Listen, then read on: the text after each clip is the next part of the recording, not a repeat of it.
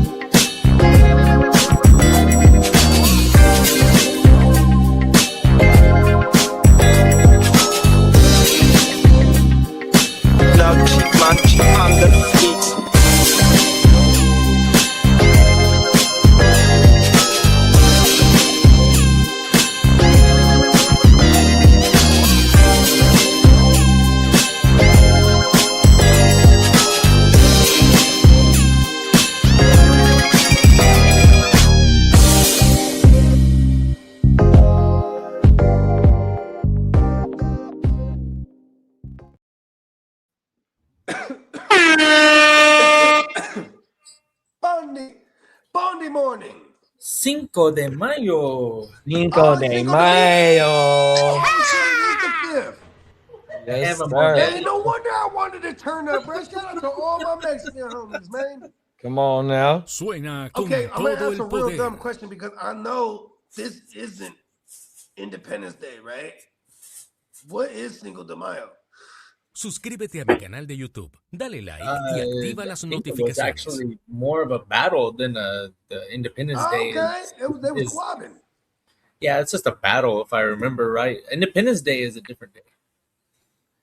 Right? Because, like, they don't, like, you know, out here, listen, I just Let want to say me this. look it up. While you look that Yeah, up. that's what I always thought it was their Independence Day. See, and No. me too, until I It's, found out it's, it wasn't. it's commonly known, but it's Empire at Puebla, Battle of Puebla. El Pueblo housing. Yeah. So the second French Empire at the Battle of Puebla. It's the victory over the French Empire at the Battle of Puebla, which they're not Independence yet. So Independence Day is a different day. Watch. But that's the day they won their freedom from them motherfuckers that was from the across the pond. They got them motherfuckers up out of here. Get your ass up out of here. It's Mexican Independence Day. Come on, Hey, y'all. I played baseball on Mexican Independence Day a lot. Be it all my Filipino brethren, right? Shout out. Then there's Mexicans. We rock with them too because we got got by the same motherfuckers. The Spanish came up in there. Yeah, I got you. Yeah, Peacock says Spanish September though, right? 16th is Mexican Independence Day. Yeah, Oh, okay. September 16th. I've been playing a lot of baseball, and that's definitely a fun time for Mexico is playing baseball on September 16th. Fill up the stadiums. Hey, look, them Spaniards came up in there. You know what I'm saying? Start woo-wopping King D, everybody. yeah. They don't celebrate Cinco de Mayo in Mexico. Yeah, it's weird. It's the fucking Battle of Puebla. It's well known, but Oh, yeah. I look at this. I got What nothing else? but wonderful memories of going out during Cinco de Mayo because everybody and their mama is out. And like in downtown San Jose, it used to be a thing. This is before we were old enough to like go out. You know what I mean? Like, between the age of 18 and 20 is kind of funny because you're out there in downtown trying to, if you got an ID, then you in there. But like, for the most part, you're just cruising with everybody else is just cruising, hollering at everything. But during Cinco de Mayo, turning cars over and setting them on fire. Damn it. That's great. That's just part of it. And then running from the police on the horseback. That's part of it too. For sure. Them police on the horse will come in there Motherfuckers and ain't listen. playing, boy. Hey, look at. I never knew this. That they would take the reins and yank that bitch, and make the horse swing his head and hit you with the horse punch. You know how I know this? I ain't seen that one. But I have seen the horses chase motherfuckers for sure. Oh, my mama, they don't be playing. Oh, man. Everything. It's facts. Oh, yeah. Speaking of like getting down on the rodeo style with the, there was a video that I was scrolling through my feed, and it was a bull rider. I swear to God, a guy was maybe 5 foot tall, but he weighed, he's a Mexican, so he weighed 175 pounds. So he's like, and he drops right on the fucking bull, and as soon as they timed it right, and then like the gate opens up, and then he's just like right out there. And he's doing all sorts of crazy shit to stay on the bull. He tires the bull out. He never let go. It was the craziest fucking video I ever watched. This Cold little world. dude just fucking, and because he was so small, maybe it made the bull look extra large, but it was definitely trying to get him out. I'll try and go back and find the video and share it with y'all so you guys can picture what I'm seeing right now. Peacock could probably respect the rodeo game. The bull riding is the only part of the rodeo I actually can sit back. Me and my cousin Hey, Tanika. Shout out to my cousin Tanika. Everything else is just like, when's the bull riding? Yeah, we used to watch that shit as kids. Oh, everything. We used to laugh like a motherfucker when they get flung off the bull. Oh, everything. It looked like a rag doll in the air, bro. 100%. You better get your motherfucking ass It's so up scary when they quickly. fall. My mama. Is he gonna get stepped on? Oh, Cold world. oh shit. Or when they be racing with the bulls in Spain, them motherfuckers be getting flung up in the air like a motherfucker, bro. Oh, everything. Yeah. That's some hilarious ass shit. Yeah, you won't ever catch me in there. Or what about when them motherfuckers be diving down the hill for the motherfucking roll of cheese, the cheese roll, and they just be tumbling down this motherfucking You know what? I'm steep not ass very hill. familiar with this one. This one I might have to look into because I do like some cheese. I'm not down with. Hey, so look, it's a hella steep ass cheese, hill, and it's like that is. 100 motherfuckers. They'll let the cheese go down the wheel first, of and you got to cheese go is catch that shit. But they be rolling down the hill and all types of shit. Hey, this shit funnier than a motherfucker, bro. Hey, that cheese wheel shit is legit. I know You what seen you're it talking before, about. bro? Yeah, you know That what's shit another funnier one? than a motherfucker, huh? I can't remember where it is. There's another one, but it's during it's like a week after. It's like the week after Halloween, because now you got all these people that have pumpkins and shit, right? Some jack-o'-lanterns and shit like that. So they have this thing. It's like it's a hill. It's a road that's on a hill. Everybody goes smashing the pumpkins, bro. So now you got this whole thing is just smashed pumpkins, and they slide down these bitches with sleds and all kind of sliding apparatuses, right? And it's like it's fucking annual. And I was like, I always wanted to do this. You know what I mean? Because listen, if you ever smashed a pumpkin and then slipped on that bitch, that shit is dangerous. You know what I mean? So on purpose, these motherfuckers is racing down this pumpkin smash slope, and you sliding the motherfucker. I saw the most amazing shout out to screenshot. Crooked. Crooked said the cheese roll is a Green Bay tradition. Oh, okay, Green Bay, There we go. Wisconsin. Shout out to Wisconsin. I'm from California, and I like tradition then. Wisconsin cheese better than Hey, any Crick don't other even eat cheese. Maybe Connecticut. Like there's some like special Connecticut cheese that I've had that was pretty special. Cheddar's, Connecticut.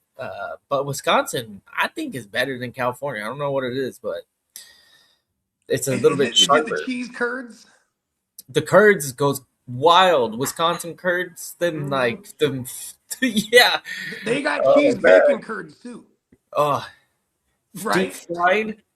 Deep fried. Oh my god, the Deep best. fried cheese curds is like the goat over there. It is actually the best thing.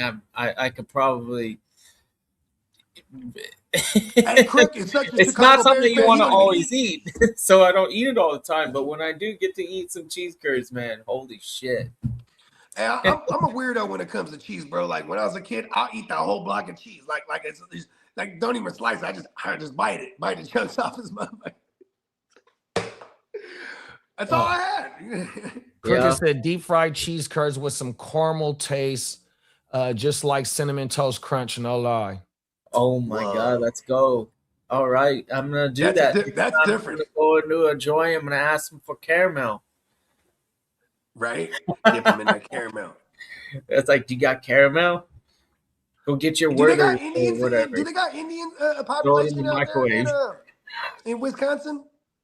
I feel like curry cheese curds would be fire. I ain't gonna hold you. I like curry cheese curds? I'm just saying, if they had Indians out there. Yeah. They make Indians make the best curry things, but you ever took the chicken masala? Wait, she goes crazy. Shout out to Emil, man, the Prime Minister, man. Top of the morning, big bro. Top of the board of the bill. Top of the morning, King D, man, the king of LBC. LBC, this thing. Royalty. We got Albert in the building. Top of the morning, big bro. What's up, Albert? Albert, don't never tell us where you're from, so it can always be a mystery. we got Albert, go ahead and put it in the chat where you're from. Minnesota. We got Minnesota Did, aka the Ginger Ninja, my player partner, man. Hey. Crooked Commish said, "Happy Tequila Tuesday, man." Let's go. Hey, look, Cinco de Mayo goes crazy though. Going back to before I got thrown into the Matrix, bro. I know the horse punch move exists because I've been horse punched before. Come on now. You know what I mean? Yeah, I was standing on the hood of a car, and then this motherfucker he's upon the back of a big ass horse. That horse is tall as me standing on the thing. He just horse punches me. Bam! Wow. Right off that motherfucker. Knock somebody off right behind me. Boom. Cold Hit the world. deck. Yeah, I ain't never seen that move. Cold world. Me neither. I was talking shit. Like I'm thinking like, oh, what's he gonna do? There's hundreds of us out here. He just walking through the crowd. Wow! Right when I said some shit to the police. Cold world, bro. That's what I'm saying. Yeah. Hey, Newfound respect for Mike Tyson too. Remember that video where he's like, "Yeah, this is my horse. This is my horse." Knocks the horse out. No, I never seen that one neither. I never seen him knock. You can find that on YouTube. He KO'd the horse. He's on his ranch from back in the days. This is back in the day, Mike, when he was crazy, Mike, like early 90s, Mike. He's like, "This is one of my horses, man. He's so beautiful. So beautiful." Uppercuts this motherfucker. Boom, lays the horse out. Night. Night to the horse. Here's the thing, bro. I've been hit by a whole horse. I've been hit with a horse punch. That's Mike Tyson got some power, bro. Yeah, see, the horse is man, cold world out here, boy. Hey, we got Dom in the building. Top of the morning, big bro. What up, King Dom? We got Derek in the building. Dom. What's up, big bro? Stand home in the building. We in this thing. Yes, sir. We got Derek in the building. Top of the morning, man. Hey, Dom, put it in the chat. What up, Derek? Put it in the chat, Dom. He remembers some Cinco de Micos in San Jose. Cars are turned over on fire. Motherfuckers is getting horse punched. Hey, I'm celebrating today. Hey, that fool is, hey, Bogey is a fool, bro. Hey, listen to some of my greatest memories, bro. That shit was lit back in the days. Once we got old enough to go out, like for real, like once we were 21, they put hella parameters on. They completely removed us being able to do Mardi Gras. They completely stopped they completely stopped people from shutting down the streets during Cinco de Mayo. It became no fun no more. Yeah, they started to slow that shit down. Like out here, fucking St. Patrick's Day.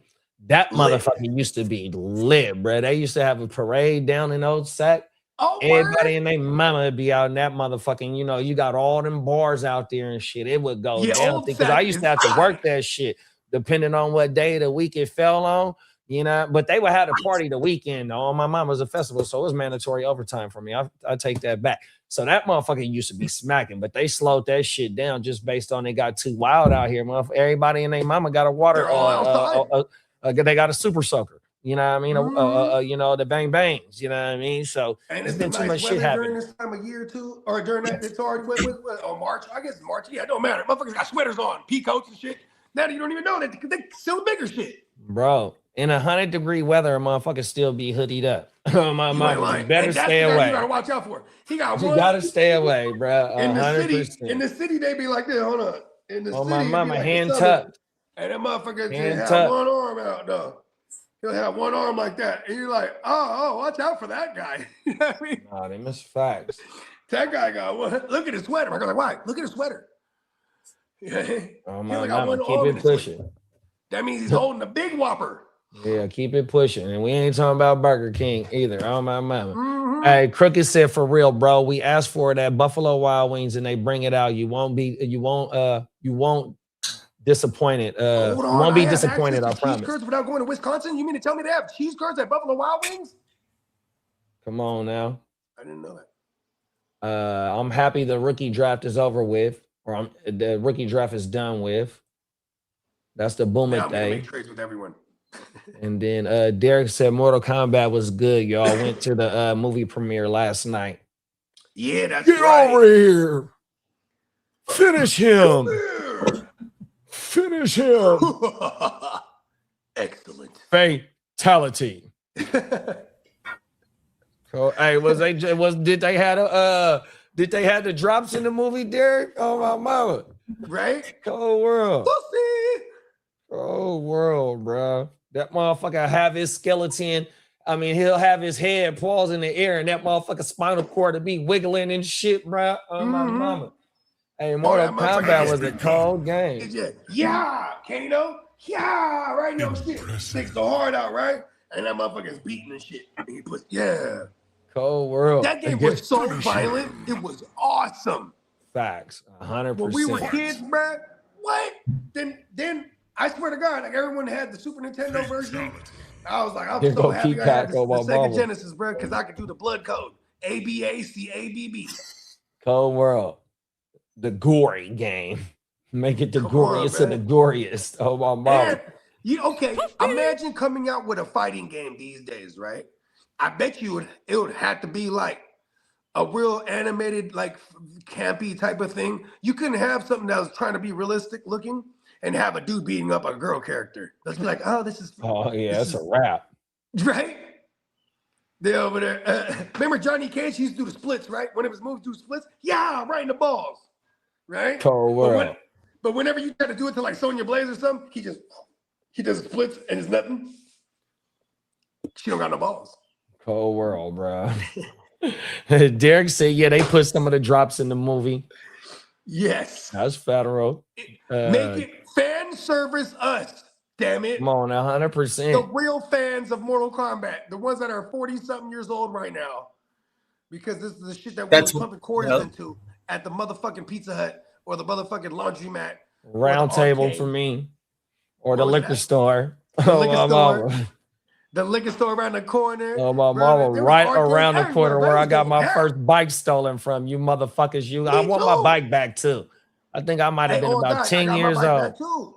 Because the liquor Yeah. store, bro, was hella Oh, my cool. mama He was left trying that to pull bitch up out back there where my waiting bike on the is. That's your game. bike. He held my shit. Punk Hey, look, motherfuckers. I used to be so ill. You be like, hey, man, you show up and you see this. You don't. I don't know none of these motherfuckers outside of that. They'd be at the liquor store or at the pizza shop or whatever. You know, because they game. And you see them, oh, what up, bro? You know what I mean? Because you go to war with this motherfucker all the time. You know what I mean? Then when you know he good and he knows you good, you be like, hey, bro, get the second round. I'm gonna take a piss. All right, cool. You know what I mean? Come on Hey, now. bro. Or it'd be like, you know, he playing one of my ops and he getting got. Let me get this second round, bro. Trust me. You know what I mean? Boom. Then I get him back in there. All right, go ahead and get the third round. You know what I mean? Here's the thing with them fighting games. That second round, hella importante. Because that first round, it's like you learning. If it's a new op, you learning him. You know what I mean? Come on What does now. he like to do? I'll give up that first round. None. I wouldn't even be mad about it. Second round, though. Especially if you just drop the first. Let's do or die now. But now You got all the counter moves for his motherfucking ass, huh? But that's how it always was. Oh my! Hey, you approached the video game with the Muhammad Ali rope-a-dope against Come George on, man. Foreman. Well, because there were some stakes on it. It All cost my money diamond back in the stands day. like Cassius, You had to throw money at that shit to play. Yeah, no, them is facts. You would have to buy your way into the game. Man, get your ass up out of here. I got $5. Let me get on the stick. Oh my mouth. You fuck about your $5. I got $1 right now. It's gonna cash in like 2 hours of Come game. on now, whooping motherfuckers' asses. $1 a game. You good? I'm Everything. over here. What Put that some one quarter? quarters in there. Yeah, for sure. There's a joystick. You want to play? Come on now. Then they would have the little side video games. See, here's the thing: when you were good at the game, all you had to do is wait to get on. But then while you're waiting, there's the side games. Like, remember the Neo Geo games? Those ones were so fun. Yeah. Yeah, because they would have multiple games in a machine. Oh, okay, Right? okay. I also like the like you could play- animation, the way you that could play it. Samurai Showdown, or you could play like Fatal Fury, or you There could was a play different like the bubble tang game. to it. Y'all remember that bubble game? Hold Bubble on, it was called where it's like you got this little thing, and you shoot the little bubbles out, and they bounce off of shit, and then you got to stick it to them. You got to have all the same colors, and they pop. You know what I mean? Yeah, that's Bust a Move. It was called Bust a Move. Bust a Move. Yeah, but Bust they're a Move the was characters that from shit. Bubble Bobble. Yeah, you're Bust right. a Move was Bust a that Move. shit, man. Yeah. Hey, motherfuckers used to be yeah, so like- dope at that game. I'm ill with the fighting games. I'd be like, yeah, how you so good at the Bust a Move? It's all Yeah. geometry, bro. One of my other favorite ones was Cruising USA. I used to Oh, spend hell a yeah. grip on that at one of the racing liquor game stores. finally got That was Hey, they had boy, a you cruising- double they had a tap that cruising gas U in there, pedal let's and that go. motherfucking 56 Bel Air used to lift up in the air. Hey, that was my Yeah, shit. 'cause I you hit the love gas boy, twice. that was my You shit. hit the Hey, gas remember twice when they and had the fire San jump up out the Francisco back. joint? The second one was the San Francisco one.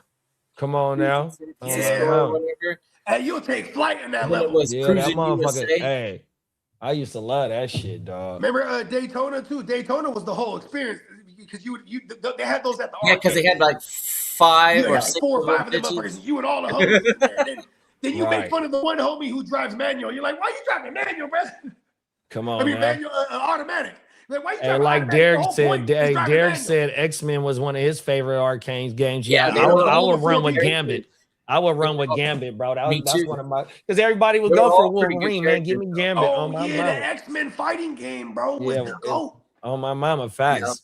Having that Facts. most that staff was fucking like being 100%. the, And he being had his like the purple cards. turtle. He had his It's like cards. being He the threw purple cards turtle at is them the best. motherfuckers. That's the cheat code in the Turtles arcade. He was the It's- Gambit. I'm always he was the trying to Gambit be of the the purple turtles. Oh, you turtle. was Donatello. Got 'Cause that fucking Donatello had stick. the reach. Wow. Yeah, Donatello. I could keep bitches at a fucking distance with that. Oh, I'm my like, mama. oh, okay, this is cool. Yeah, them little robots, and Donatello would fling the robots with his staff. Yeah. On my mama. Yeah, Donatello had that reach. Man, video games, they've definitely evolved, but those were some classics, and I guarantee you they're still fun. I haven't played them in years, but if I had an opportunity, I probably would have just as much fun. No, 100%. One of my uncles, he got a fat ass like entertainment system, well, like a man cave, right? But he got all the classic arcade games. He got all the consoles. He got all this shit going back to like the early 80s, right? And so I was over there doing his yard one day, and that motherfucker like, man, nephew, come up in this motherfucking one time for me, right?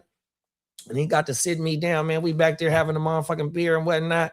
And he like, look, bro, what game you want to play right now? And he got to pull, it's a big ass joypad, right? This the one with all the old arcade games on it. Hell yeah.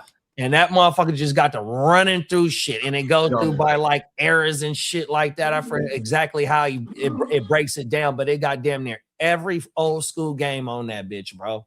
100%. I like the Simpsons one, keeping on like that same genre. Shit. That Simpsons game was also fire. The Simpsons, the Ninja Turtles, and like how Derek said, the X-Men, all that shit is like the same style. It's the same style of game. Yeah. I call those games beat 'em ups because you walk around and beat shit up. Yeah, and you got to do it with the three other of the homies. It was a 4-player game. Exactly. Yep. If we all and have you know $5, what, we're kid? guaranteed Hey, so to when beat me and this my game. daughter went to Universal Studios, our favorite ride was the Simpsons ride. So I bought us the tickets to where you don't gotta wait in line. That motherfucker, I did not. I'm glad I had the money at that time because that shit was a grip. I'd never do that shit again in life, boy. It's that hella shit worth slapped. It's hella worth it. We rode the motherfucking Simpsons ride for about we did it at least 2 to 3 times, bro. That was our shit. Yeah, they put a max on it. But still, though, imagine people only ride it once, if that, and they gotta wait 5 hours. It's like, nah, we had the motherfucking. we had the passes. The pass sends you straight to the line, bro. And we get to ride that as many times as we want to. I paid maybe about $1,600, $1,700 for them motherfuckers. I remember this. Oh my mama. Oh, that was when she graduated, huh? Nah, she was still in high school. Yeah, she was only like 14, 15 I didn't know, years old. I didn't know you didn't. Yeah. Yeah. Oh my mama. Who's your favorite Simpsons character? Fucking Bart. Yeah, I'm Bart. And then I like Nelson and I like Barney and Homer. So cheat code is Bart and Homer and then Lisa. Oh, you talking about on the game? Oh, you're talking about in the game. You talking about the game? Because I was also gonna say the old man at the bar. So you got to make sure that Lisa and Marge and then Bart and Homer are always. If you stand by each other for 2 seconds, they join up. And that's how you fucking just. That's that. Yeah, like one hit kills I'm talking like Trump right now. Noises. It's the best. It's the best game. Hey, that's what really take a motherfucker back to when he was about 10 years old. Game. It's the best. Oh my mouth. He's been in the Simpsons a gang of times too. Yeah, he has. Hey, look, Simpsons is a trip. That Simpsons is proof that the Jews have time travel. Peacock said Turtles in Time, Alien versus Predator, House of the Dead, Time Crisis, and Marvel versus Capcom was his shit. House of the Dead and Time Crisis, bro. Hey, those shoot 'em up games. You had the fucking. You know what's crazy? I never really realized this. Your reload shit. Well, actually, no. The reload off the screen. You go off the screen and then. Oh yeah, that's right. Because what was the pedal for? Oh, to take cover. You press the pedal when you want to go into action. You know what I mean? Yeah, my favorite games of the early 2000s was motherfucking Godfather and Scarface, bro. Oh, they were made by the same one. Like, I need a PS2. I need a PS2 just for those 2 games. I don't want no other game on that motherfucking console but them 2 games, bro. Hey, in that Scarface game, you was really moving work, huh? Oh yeah, you started from the bottom. Started from the bottom level. Yeah, that motherfucker was busting 0.5ers and little 3.5ers. Yeah, you have to go walk up to the person in Miami and go bust the knock. Oh my mama. That shit was harder than a motherfucker. Are y'all gonna fuck with the GTA 6 when it comes out? Know it. I think the new trailer dropped. At least send me some shit about the trailer dropping. Yeah, Bo, you got to get something with it, and then there's a PS5 in my house. You know what? Oh, look at this! Sending my daughter off to college, right? And I don't know if they got a TV in their shit or they got to add a TV. So I don't know if she's going to bring her TV. I'm like, if you leave that PS5, I'll take care of it. I'll make I'll make a whole nother profile. So you won't even touch none of your shit. Yeah, they didn't drop the trailer yet. Yeah, I mean, that thing has been in works for like 20 years now, so there's some on jokes on that shit. Like, fact, bro. It's like that shit. The GTA 5 came out like the end of 2012. No, I think that shit came out in 2013 Oh I my was about to mama. say it's over 10 It's years been- ago for sure. Yeah, Oh it's yeah, been nah, for sure. Yeah, it's it's definitely over 10. anticipated for sure. It's 13, But they 14 figured out a years way to old. monopolize it though, because all you would have to do is just to give them updates and different, and these motherfuckers, they all good. It's called downloadable content that they add Downloadable content, every thank like you. 6 months. 100%. My mama, to where you can go purchase new shit like that. You know what I mean? Yeah, And because purchase games. My Rockstar is only known for GTA, right? Like they don't really. Nah, hell no. They got hella Nah, games. they got hella games. They that own is their 2K. flagship game though. So it's not even Rockstar. So what it's called Take-Two Interactive. That's the parent company. You know what I mean? The parent company of Take-Two, they got 2K up under their belt, and that's not a There you go, Rockstar game. 2K. That's Oh, up under their wow. shit. Yeah. Okay, you got Bully, sports titles in there for Need sure. for Speed. I want to say Need for Speed. They like Rockstar. These is Rockstar games. Hey, Need I for just thought of Speed, something. Bully, Need for Speed, Red the Dead GOAT. Redemption. That's a Rockstar game. Like Oh, they that got one. classics under their shit. You're belt. right. That one is And Rockstar. what about all the Walking? Didn't they do all the Walking Dead They did games 2 of too, and all those. the- I never played that. Pause. They did the Back to the Future game. They started doing like the like the Yeah, the no, kind they of got like classics under their belt, bro. On my mama. Hey, that Back to the Future game was dope, bro. The Disney was trying to buy Fortnite. I watched someone Epic play it Games. on Right. YouTube. And I know why, because I watched that Darth Maul, and I was like, ooh, if they had the Unreal Engine, it might actually look better, because the animation that the Disney studio was producing, it wasn't super impressive on that Maul thing yet. Like it looked barely like the next revolution of Rebels, which was 20 years ago. You know, like it barely looked better than Rebels. I was like, whoa, this is kind Hold of on, like, but it looked better than Rebels though. yeah, it looked better than Rebels. Wow. Hell It was long Yeah, it's before cool. it. You know what Yeah, that but- was? I think that was Silicon Graphics computers. yeah. Rebels though, that was more than a decade. Rebels was dope. Yeah, what is that? Like 5 years ago now? 6 years ago? 7. I think Oh, you're talking about the video game, not the 10 show. years. No, Rebels, the show, right? 10 years ago. Yeah. That was like the last season. Rebels Didn't they go started. through like 4 seasons?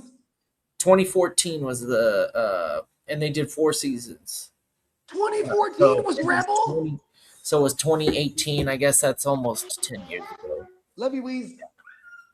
It's anyways, good storyline, I guess. It's kind of cool, and it kind of upset me. I was like, what is this story? Like, when does this take place? Because he don't have robot legs. And I was upset. I was like, where's his robot legs? Yeah, he's supposed to have the robot because he chopped his whole shit off. Yeah, I don't know nothing about this. Hey, you that know what's motherfucker crazy? said They he's chopped supposed to him off have for the waist down. robot He legs. got robot legs. No robot. And no he's a regular robot, human up top. And he's pause. He's a regular Yeah, human like up top. a human like well, alien. No, he's a You know. he's a Sarath. Is that what they call him? I can't remember. They called him a what? So, Like his race is like Sarath or something like that. right, Sarath. planet or whatever. Sirac. Oh, he's I a forget what Ciroc boy. He's a Ciroc boy. He's a Ciroc boy. There it is. But like at the end of the Phantom Menace, they chop his ass in half, and then but see with the lightsaber, you get carterized. You know what I mean? Oh, so this is some Star Wars shit? Yeah. Oh, okay. So then he comes back. He has like spider legs. Oh shit! So he got He 8 has of like them. fucking mechanical legs, but he has hell of them. You know what I mean? And that motherfucker can move around like a real spider. hell Shit yeah. like that. Oh, he's a cold motherfucker. And he was out of his Oh. mind. He was out of his mind. The dark side got a hold of him fully. Oh, he got a hold of the wrong. and- Hey, he got a and hold when of you the see Darth wrong Maul, batch. those are all Hey, they tattoos. sold him the wrong batch out of space. He tweaked out. You know what? That motherfucker is tatted in the motherfucker too. They start tatting you when you're a baby in that race. They tat you up your whole body, so you just got all these designs on them and shit. You know what I mean? But it's because but this They is also a race. got like horns and shit. Yeah. Horns? Yeah. Oh shit! Yeah, Darth Maul. He's the one with the two-sided lightsaber. Nah, I ain't seen none of that shit. Okay. And you know what's so crazy? It's like I was just like that. The moment I got in, I was like, oh, it was a wrap. I was in.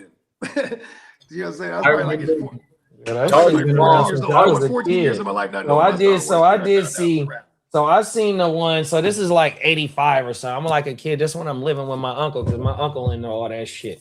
So I seen the one where R2D2 and what's the gold? His homie that's in the gold C3PO. robot.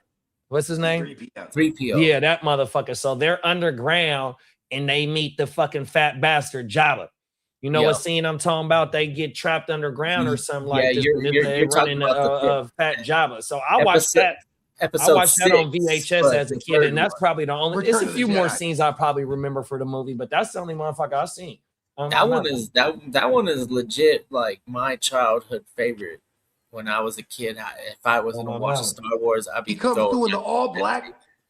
He got the scar on his face because the scar was from real life. Luke Skywalker was already a badass by that time. There's okay. That's why they call it the Return of the Jedi. Oh, that's the name of the movie. That's the name of that one right there.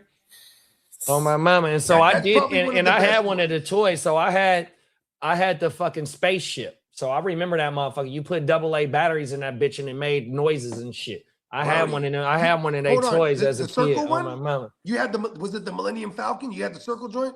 It was like a little bit more of a rectangular. Then it had a little circle at the back of it, kind of like. So it was more like an like rectangle going protruding in the front, and then it was more like a circle in the back or something like that. Or a Star Destroyer. Yeah, it might have been a Star Destroyer. There you go. Remember. Oh, that's hard. If you had the Death Star, it looked like a little moon. That motherfucker. Nah, hell no. It was like a spaceship. It was a craft. Okay. Hey, look, Star Wars is dope because you just be like chilling in space, right? Then all of a sudden, all these ships just show up because they're coming out of hyperspace. And now they're there. Oh shit! Now you shooting it up. You know what I mean? That's the physics is there for it to be possible. So if they could develop that warp drive, it might be thousands of years in the future, maybe hundreds. Who knows? But that shit is definitely theoretically like, we could definitely create something. Here's what's the trip though. Space time. Here's the trip about the physics part of it. It's like, why are we still traveling distances fast? Because no matter what, if I go parcels, I think is what they call it in the Star Wars language, which is like light years, right? If I go 10 parcels, right? Now the time that if it's 5 o'clock Wednesday over here, and I get there in a split second, but I traveled distances. I didn't just walk through like a portal, right? I traveled this distance, right? By the time I come back, theoretically, if I went that many distances, light years away, they have aged significantly. Like it might have been 100 years now. So that's the one thing. Like, you're talking we're about be able to do this. Particle physics. We need quantum physics to create a warp drive to fucking bend space time itself, right through this and then we can just be like, "Oh, okay." We just bring the area to us, or vice versa. And then cut out all that distance. Just like fucking grab it, pull it. And then... if this is point A, this is point B, and it's like this, right? And if we could just fold it over like that, bam, and you just walk right through the Stargate. They say that there's actually 10 dimensions, right? We only live in like 4. Hey, that means there's 10 bogeys out there going. But they're so small that when you collapse a dimension, right? Like, how do you collapse it, right? Through getting smaller. So eventually when you get small enough, it becomes a line. So what happens when you look at a line at a certain point? It disappears, right? Because it's flat and it's nothing. So there's almost like there's 7 hidden or 6 hidden dimensions that could basically, based on your theory, that means there's what we need to understand in order to do these like warp drive types of technologies is what it all means. Is that since we only understand 4 dimensions and that's what we can actually physically see and interact with, that doesn't mean that's all there is out there. So that the new technologies of fucking crazy galactic travels, they're going to require some sort of bending of space-time, and that shit is definitely would be multi-dimensional type of things. crazy to think about, but awesome at it at its surface level. It'd be like, man, like I don't know if we'll get there, but our mental capabilities of imagining all that stuff in general, like it's crazy. Look at Star Trek. A lot of the stuff that Star Trek was predicting has happened. So they also predicted that warp drive thing. And man, it'd be neat to see Warp it actually speed. come into fucking fruition. We could be mean, like, that's hey, just like that. it's a fucking prophecy. One of the main things last year, was the motherfucking 3-eye atlas. That's over Oh, yeah. multiple years, multiple centuries of shit building up. You feel me? That just wasn't And you no know what's crazy, overnight bro? shit. You know what I This mean? That shit- motherfucker been in travel and it gained mass by how many, by all the shit it traveled. It added shit to it. You feel me? And that motherfucker coming from a million years away. 100%, And you know what's so bro. crazy about that thing too? Is just not too long ago we had another one. There's the 3-eye atlas. Before that one, there was one. The Maya. Aruma Nabuba. Yeah, it's like Remember, Maya, it was Maya, the Ruba, one Ruba, that looked like a sausage and it was rotating. Yeah, and it was changing trajectory. Yeah, It was like Aruma changing Ruba, speeds. Aruma. Yeah, there you go. Yeah, Amu I'm Amu. I trying think it's to called like Amu. Amu. Yeah, There it something is. like that, right? And yeah, because somebody in Hawaii didn't figure Hawaii. that out. No, it was the like actual observatory. They were like, whoop, Yeah. there it is. So and this shit just flew right through too. Where did it come from? Where's Well, it because going? they could calculate the angle and the velocity and all that stuff and determine This that thing the was sun blinking. has no This thing effect was to this blinking. bitch. This Hey, is look. not from our. This is not from our world, solar it's system. not. That super thing was easy to defying figure that physics, out. just like the 3-eye atlas, though. Because they were defying physics. Like the 3-eye atlas was slowing down and speeding up. Well, it was Like- interesting to watch because our technology was able to observe it very well for the first times. You know, And like you know what's funny too? They ain't showing none of this stuff that interstellar shit, bro. fucking objects that are going so fast that we can't. We our capabilities aren't there yet to fucking launch a spaceship at that speed. So when we get to see something moving at that speed for the first time, and with technology being advanced and it's first time seeing it through that lens, we're able to progress, and that's the cool thing about that scientific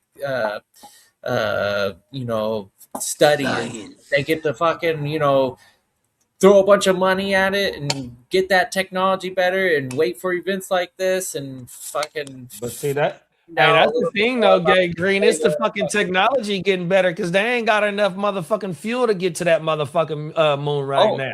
That's no, what like I said, motherfucking we Elon don't been even know saying. how to get that fast. We can do slingshots I from was gonna say the Jupiter, but slingshot our method is like their Voyager best 1, bet. Voyager 1 is 49 Because years the old, and we're still in slingshot method- communication with it. That's crazy. Slingshot method, But you that's know, the same where kind it of Isn't that a trajectory. satellite though? Is that a satellite? It's the very it's the first thing that left our solar system. Yeah, I'm talking about that was back I'm in the talking about 70s, human right? I'm talking about human travel. Actually, Voyager So 2 what is the Elon first. said in human travel Voyager is 1 is had that a- we don't have enough fuel on one rocket to get to that bitch. He said that he has to go around the whole motherfucking earth and then he has to get a refuel in order to get back into the motherfucking shit to get to the moon. Yeah, we need a moon 100%. base. Here's what's We trippy is like absolutely need a moon base. usually we would do the slingshot method to save on fuel and then you have to carefully calculate where everything is going to be orbiting because we're going to shoot it into the direction of the first piece of the puzzle because when it gets there, the gravitational pull will start pulling it towards it. Then at that point, when we pass that, whatever next big fucking big old mass that it needs to go towards is going to pull it towards there, right? And then so forth. And you only have to use little minimal things to just send you in a little right direction here and there. You know what I mean? But imagine how long that fucker takes. Yeah, it's know what I mean? crazy.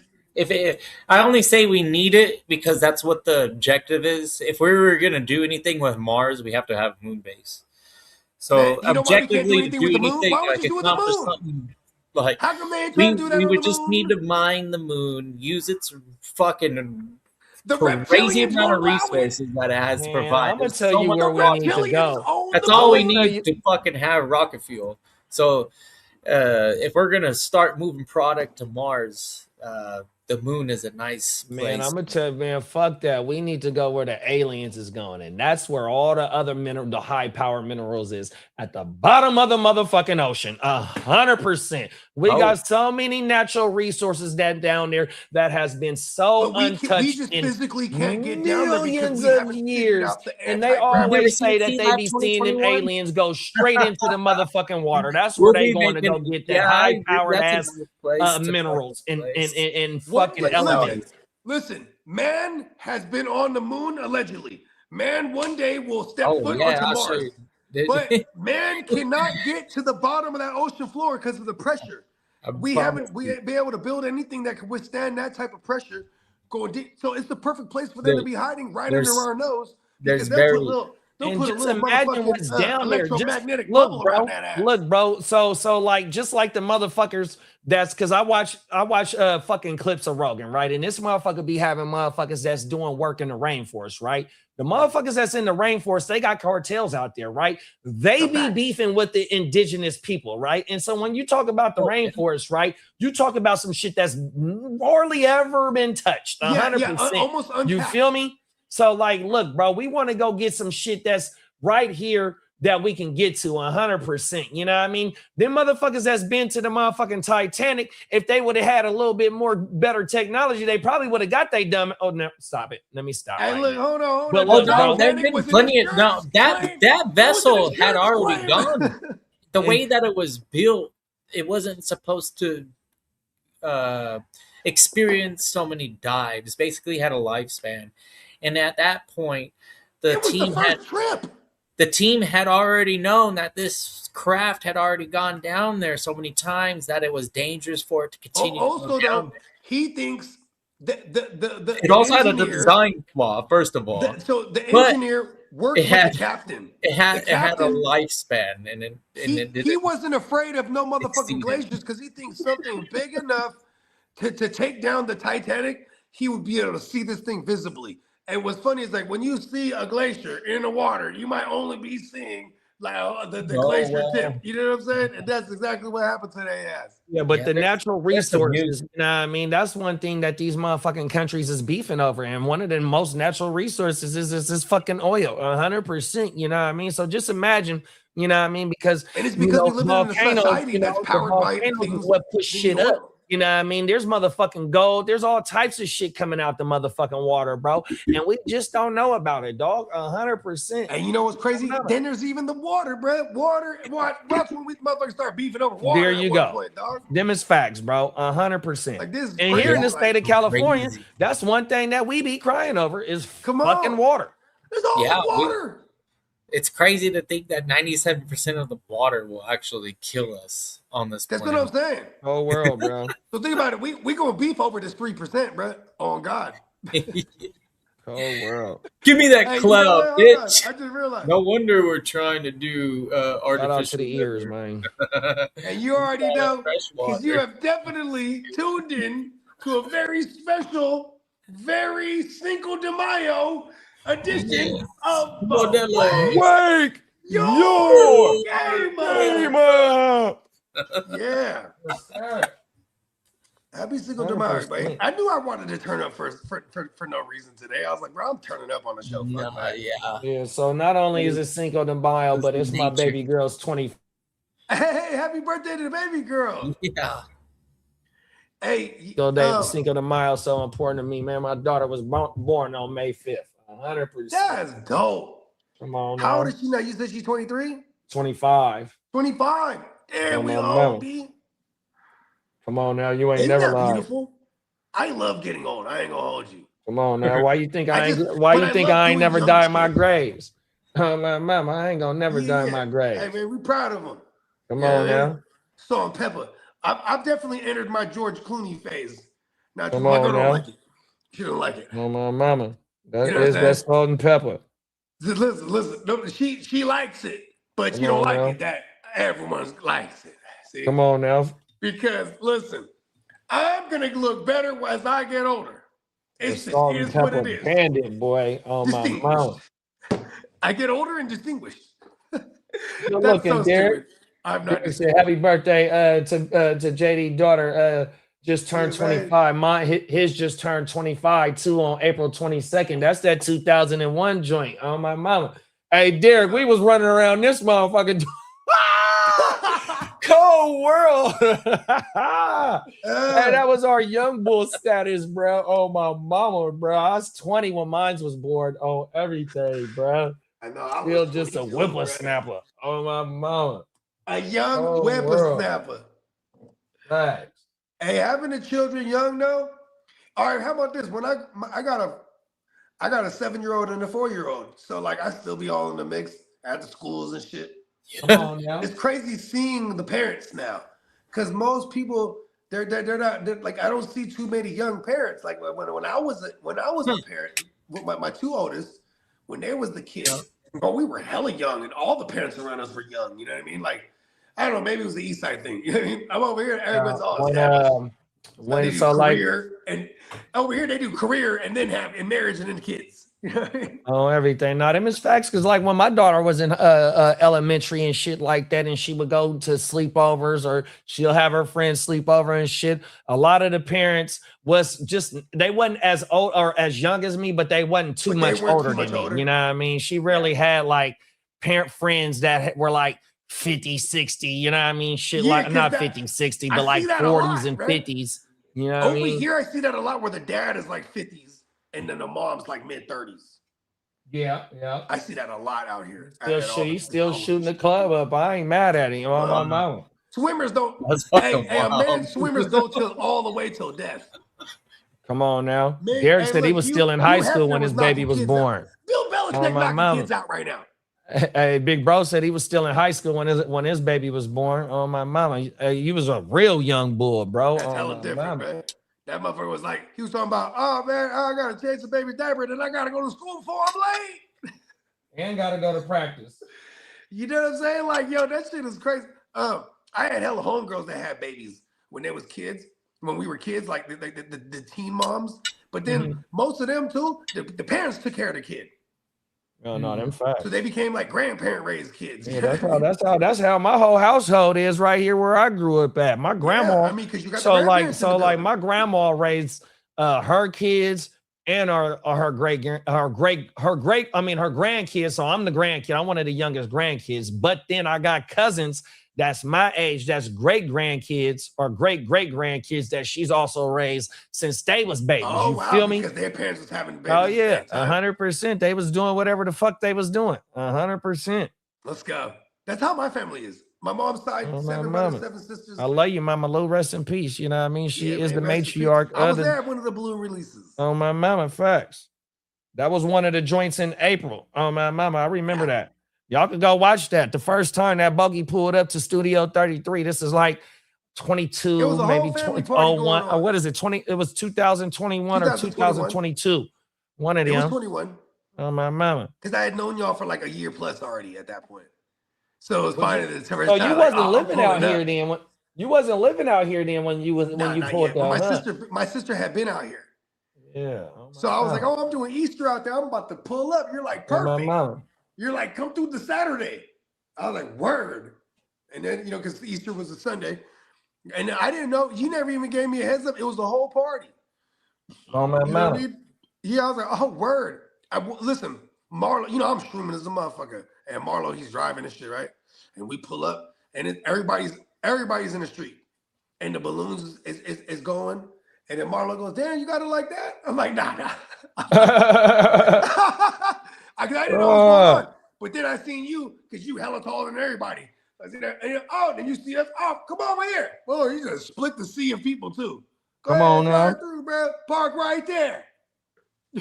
Oh, my mama. Like, cool. I was like, there, JD run the whole thing. He split the whole Red Sea for us. So back in the day when we used to do the Mama Lou parties, like it'd be no lie about 150 people over here.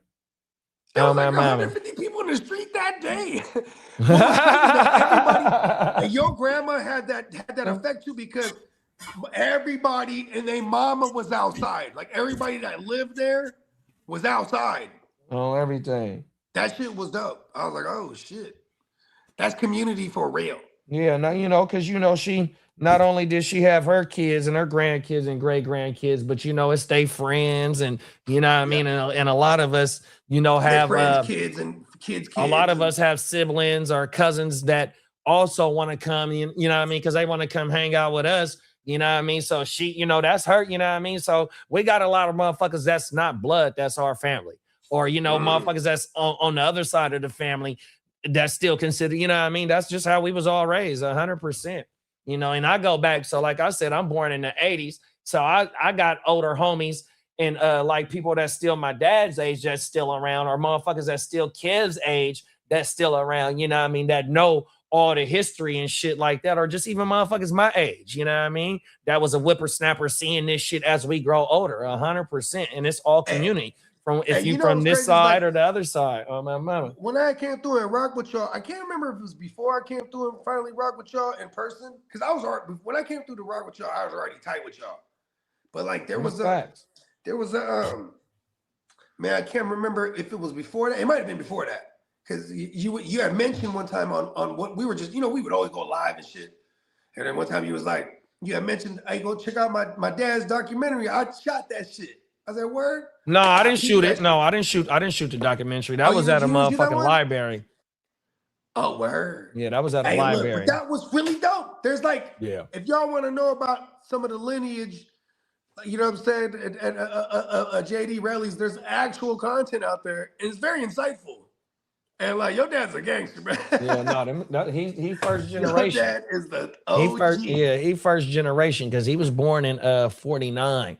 So he's a product of the 50s and the 60s. So he's still seeing the Black Panther movement. He's seeing my grandma come out of the motherfucking civil rights shit. Because my grandma's mom and them, and my dad's dad and mom and them, they come from deep south where it was still, you know, you know what I mean? It was bad, you know what I mean? So like my grandma's mom's side of the family, they got here in like 1890 something. They went to Woodland. See, Woodland ain't nothing but like it's on the other side of the airport, the big airport. And so that side of the family been here since the late 1800s.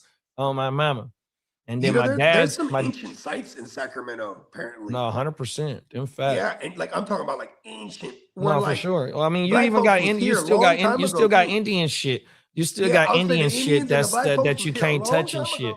Like I was just looking at I never knew about this. Maybe y'all heard about this shit, but Pyramid Lake outside of Nevada. Mm-hmm.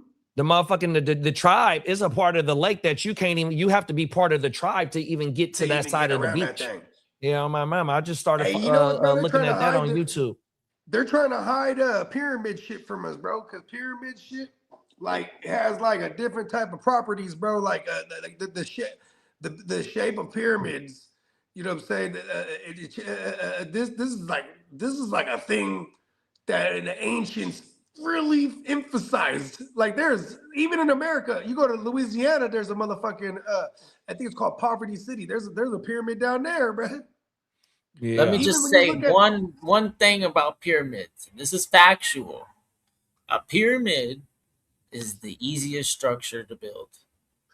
It is, huh? Build a pile, lean everything to the top. Its base is the largest part of the structure. But you know, one of my main things is, and then it just gets smaller all the way up to the top. Facts. But here's the thing, though. When you talk about pyramids and like where we have pyramids on the world, these motherfuckers are geographically precise to the equinox or the true north. And that's what I was gonna say, Bogey. The Orion's belt, like the base is like the exact measurements of the circumference of the world. Like they're like super specific. You know what I mean? And see, but I wasn't gonna go that far back with the stars, though. East and west by that point in time too, though. Like, But it see, really and isn't so that's that where I was gonna go. great. And so for the humans to be, I mean, because we've been smart. For my thing, I wasn't gonna go back to the astronomical shit about how the pyramids and certain shit is aligned with the stars. Yeah. But just think about the motherfuckers that was traveling by boat, bro. They using the motherfucking stars, dog. 100%. We've been navigating before we these had waters. iPhones and television Bro, or anything like that, the night sky was the hey, show.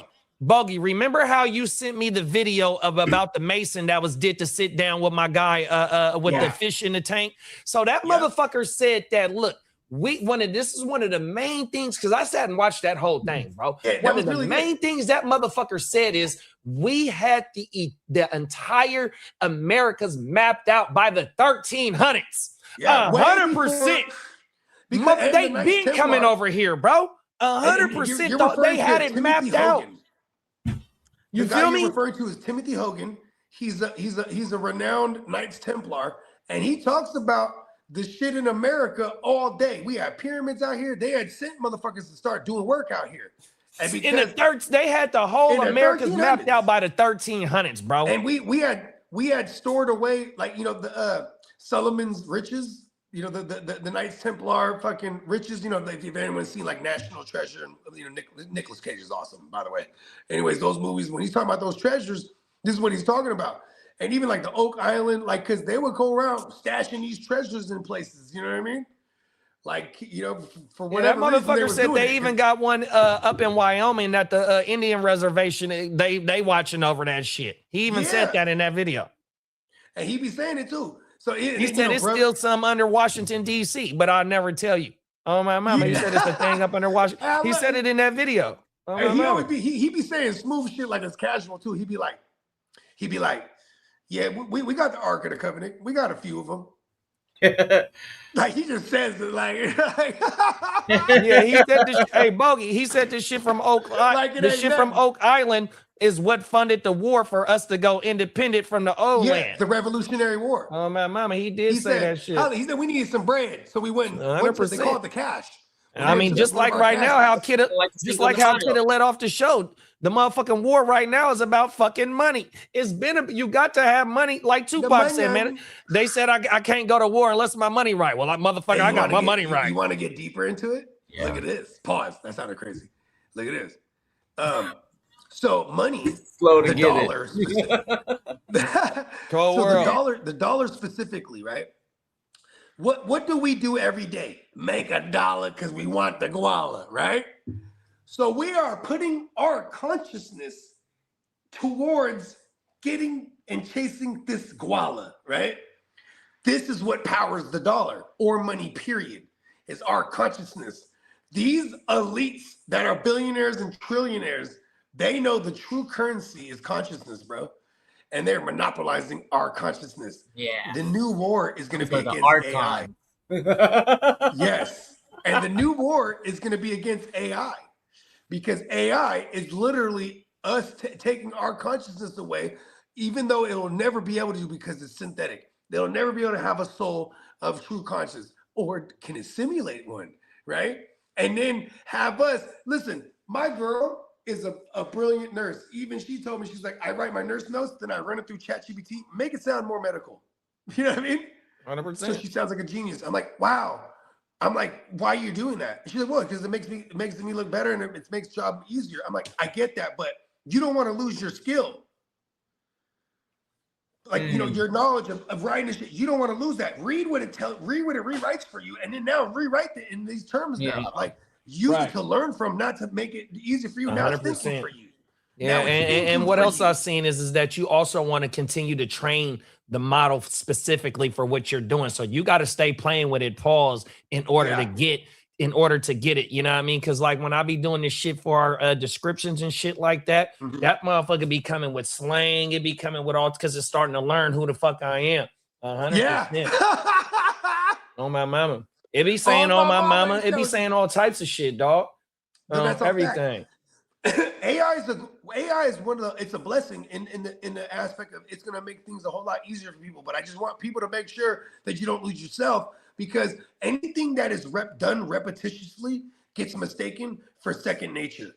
So if you are gonna all of a sudden now your repetition is having this thing think for you, it's gonna become second nature by definition. Just saying, just throwing it out there. Yeah, you definitely use it as a tool, not as an everyday go-to. You know what I mean? 100%.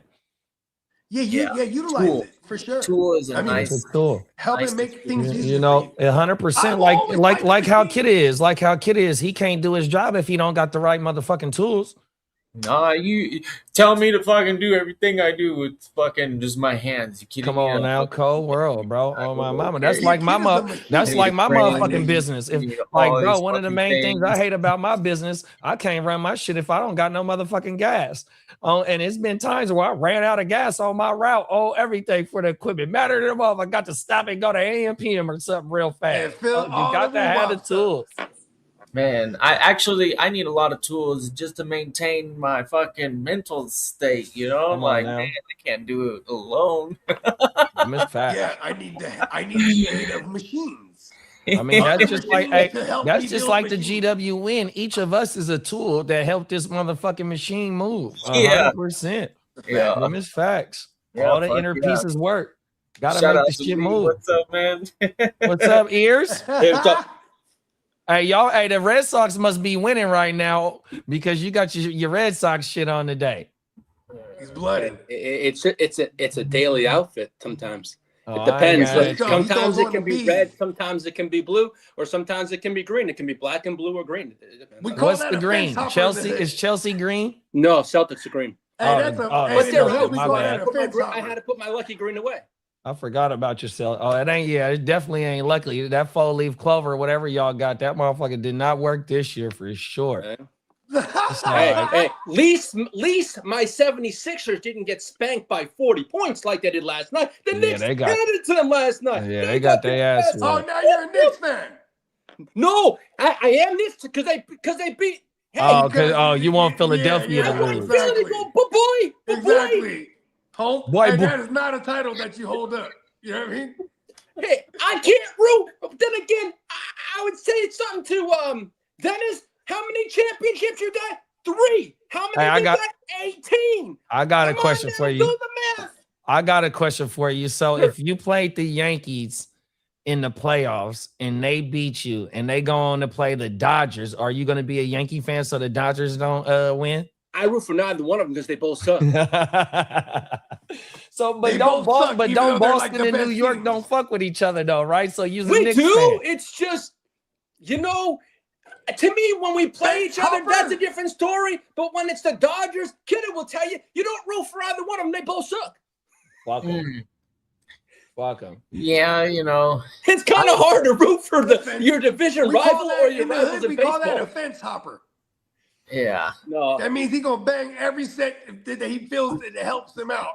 Hey, I Then will he'll say have to one fence and thing. be I on the love other- be baseball, bang the but other the man side. that Pause. died yesterday, he fucking had some of the I'm best going to the baseball Giants calls Dodgers game ever. wearing Padres gear, bro. Oh, I just can't look at that color y'all have. The Hey, brown. I seen what you was talking about, Lee, this morning about the John announcer. Sterling, Yeah. man, he has some of the best base. And I was telling my buddy Phil, I go, man, you know I hate the Yankees, but he has some of the best iconic much hate in your baseball heart. calls. Yeah, they had what's my boy name, Michael Wilbon on Get Up this morning, and Wilbon and Greeny was talking about Brad today. So rest in peace to Brad, 100%. Let's get caught up real fast in the comments. Derek said, I took care of my daughter. Actually, I dropped out of high school my senior year, got full-time job, went back to school the next year, graduated, and then went to the Air Force. Come on now. That's the real definition. That's the real definition of a pop right there, man. Real talk. Bro. And that's why I rock with Derek for real, bro. We're a reflection of who we surround ourselves with, man. The GWN's good peoples, man. That's real talk. That's real generational wealth right there at its finest, man. 100%. Excuse me. Hey, I can't wait to see you motherfuckers in Vegas, man. We getting Hey, you down ain't to this lying, countdown, man. On my Hey, I'm mama. excited for y'all to We meet love Prime that too, because he's countdown. gonna be out there too, babe. You know what I mean? Talk Like, that shit. man, we got a lot of good people coming out. It's, as usual, you know what I mean? Come on now. It's gonna be a lot. It's gonna be my first time meeting a lot of motherfuckers, man, and that's what you know. What I mean, is what making this weekend hella. It's already highly anticipated, just based on you know what I mean. But it's making it more anticipated. You know what I mean. So yeah, shit finna go crazy, y'all. 100%. We got Peacock said my daughter is 17 after the summer. I was 23 when she was born. On my mouth. Crazy how time flies. Come on now. You know, a lot of us grew up with our kids. 100%. Yeah, no, you know what I mean? I'm glad you said that, bro. Because I tell that to Deja all the time. I said, we were kids having kids. We grew up with you. Like, had to like figure it out. And be like, oh, I'm a dad now. Like, you know what I mean? I gotta do dad shit. Facts. You know what I mean? Like for example, when we, you know, and this definitely helped my relationship early on. I wasn't living with my lady. That definitely helps. You know what I mean? But it was like, all right, you're at my place or at your place. And then, you know what I mean? And or I got because I had my own place, you just stick the kid with me because you think like, all right, he has the kid, he's not going out. And she worked graveyard too. That's right. So it was a different dynamic. And she worked the 4 too. So that means it wasn't a set schedule. 4 days on, 2 days off, and so forth. So every other weekend that she knew she was working, she made sure I had the kid. I was like, oh yeah, that's cool though. Boom, moms, can you watch her? You know what I mean? Come on now. She's asleep. Boom, and I'm out doing Bogart shit. You know what I mean? And it was a while, and it took a while. It was when we had our second one. Once we had our second one, I was like, okay, we're gonna live together. We're not gonna be doing this whole back and forth bullshit. You know what I mean? You're about to have my second one. Fuck that. But with that said, I remember just being in the studio doing regular Bogart shit. 4:30 in the morning. I went to the studio like at 1 in the morning. So my girl, she's waking up. She's calling me, hey, where the fuck are you? I'm at the studio. Fuck. I'm at the studio, right? And she's like, oh, well, you're supposed to be home right now. And it dawned on me, oh, I got to go home at night. You know what I mean? Come on now. Yeah, that was different. Like, oh, shit, that's right. We live together. I would be tripping if I woke up, you went to sleep, I was home. And then you wake up, I'm gone. Where you at? Studio's normal shit. Come on now, them is facts. But it's like, yeah, I would trip if the flip was script, right? Or the script was flipped. Wake up, she gone. Where are you at? Motherfucker, right? And I'm like, oh, shit, I got to be at home at night. Like, that was the first different thing. Like, all right, that's what her dad does. You can't just dip out. You know what I mean? I'm in the studio. What do you mean? Like it's normal. You know what I mean? Oh, that's right. Probably should have told you, if anything.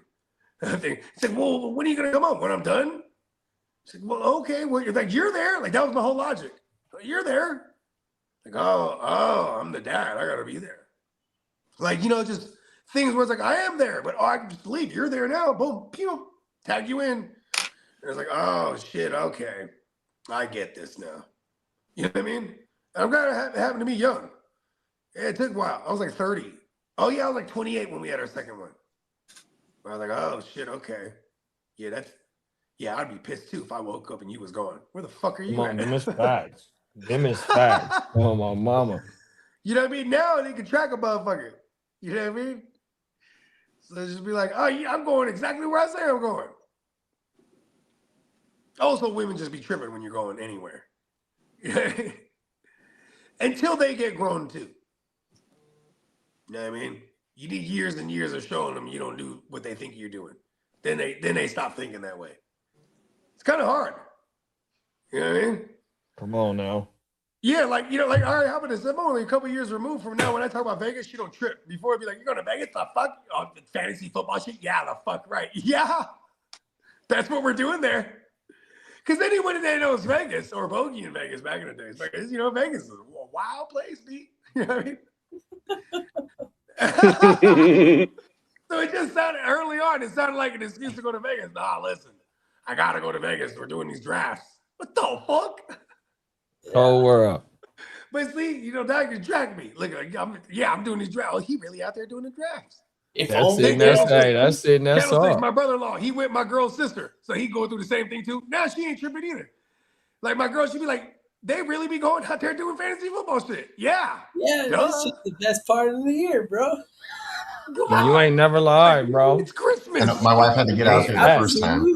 Just make sure it's fantasy football stuff. Just to witness it. Yeah, she had to get out there just to make sure. He's like, this really is just fantasy football shit. Okay, you can go every year now. Yeah, I mean, like an ordinary league, I would say winning the championship is better than the draft. But in this West Side League, East Side League, whatever league, the draft's the shit. Decide to fucking build after this. The draft, shout out to Peacock.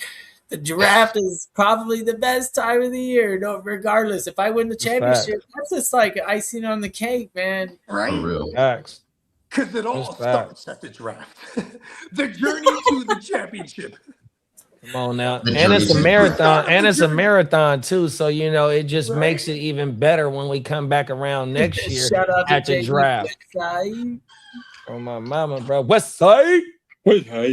Come on now, man. That motherfucker gonna be lit this year. And we in the mansion, man. We got basketball courts, we got tennis courts, we got motherfucking pools, we got outdoor kitchens, man. We finna have that bitch jumping. Oh my mama. Everything but the kitchen sink. I'm finna be hitting 45s into that pool. I'm swimming this year. I'm drafting from the pool this year because it's all digital. Come on now, Peacock. I'm getting into the pool. Oh my mama, I'm drafting from the pool. We need to drop. We need to drop an umbrella or something inside that water. For sure. Come on now. Hey, I'm trying to get it. Hey, I'm trying to come back 5 shades darker. Fuck it. Oh my mama. And I don't want to be a token white boy when I come home. I'm gonna look. I don't. No, I get lobster. I get red. That's what I do. Yeah, as long as I got that SP 45 or whatever the fuck that shit is, I be G, bro. Oh my mama. I just can't have too much. I just can't have too many palomas in the pool in 150-degree weather or it's a wrap. Yeah, we're pulling you out. I know everybody here fucks with the Simpsons, but y'all fuck with Futurama. Yeah. Oh, Futurama is the shit. Zoidberg, you put the screen up. That's how I'm gonna be looking if I stay in the water too long. Cold world. A crustacean. And hey, American Dad was my shit too. Oh my mom. I used to like American Dad. Oh, hey Lee, you're on the clock now in the DGen. Uh-oh. Take a look. Time to make a pick live on TV. I've had a lot of my things on auto, so I haven't. Yeah, you got Bogey's picks, so I just took Surratt, and you're up next. Okay. Oh, I just seen that. I just seen Surratt come off the board. I got late picks in that draft. I got my first share of Kalion Black. Uh-oh. There you go. In the 5th round? In the 410. Oh yeah, that's some nice value right What's there. The other receiver Minnesota drafted? I was going to draft him there, but I took Surratt there. It's Surratt and the other guy though. They're both competing. Oh, Baltimore. It's Baltimore. It's Surratt and fucking damn it. Man, what is that guy? What was his name? Hey, Surratt got drafted later, but he's like the one I like. But that's the one they both went in the third. I want to say they both went in the 3rd round. Oh yeah, but one of them, the other one, Jacoby Lane. Yeah, good looking Peacock. That's the one that's built more like a Nico Collins, but probably like Nico Collins needs a year or two to develop. Yeah. Yeah, they've been searching for that position for a long time. They struck out with Bateman. Dantez Walker ain't been on the motherfucking field. You know what I mean? They've been searching for a big body wide receiver for a long time. Pause. And they ain't got Likely no more. So one of them young bulls is stepping into some targets. I mean, there was an interesting thing that I was reading that they were comparing the X receiver to like what fantasy relevancy is. And there's not very many fantasy relevant X receivers out there outside of last year's George Pickens and then every year's Mike Evans. Right. All right, Bogey's on the clock in the international. But all the other ones are like move receivers, Z's. I mean, you get the positional advantage by just not having them line up against the Darrelle Revis of their, quote unquote, the Revis of the team.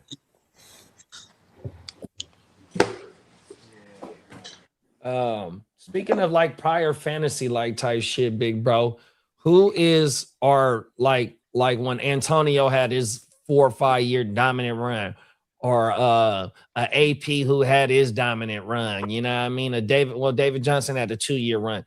Who is finna be someone that is just completely finna just be so fantasy relevant? He is. Who is it? Jamar Chase for me. Chase for you? Yeah. He's your one-on-one this year? A lot of it has to do with who he's connected to. You know what, too? And I'm putting more respect on Darnold's name than I ever done before. Jason. You know, Darnold did it 1 year with JSN, but the prior year he did it with Jefferson.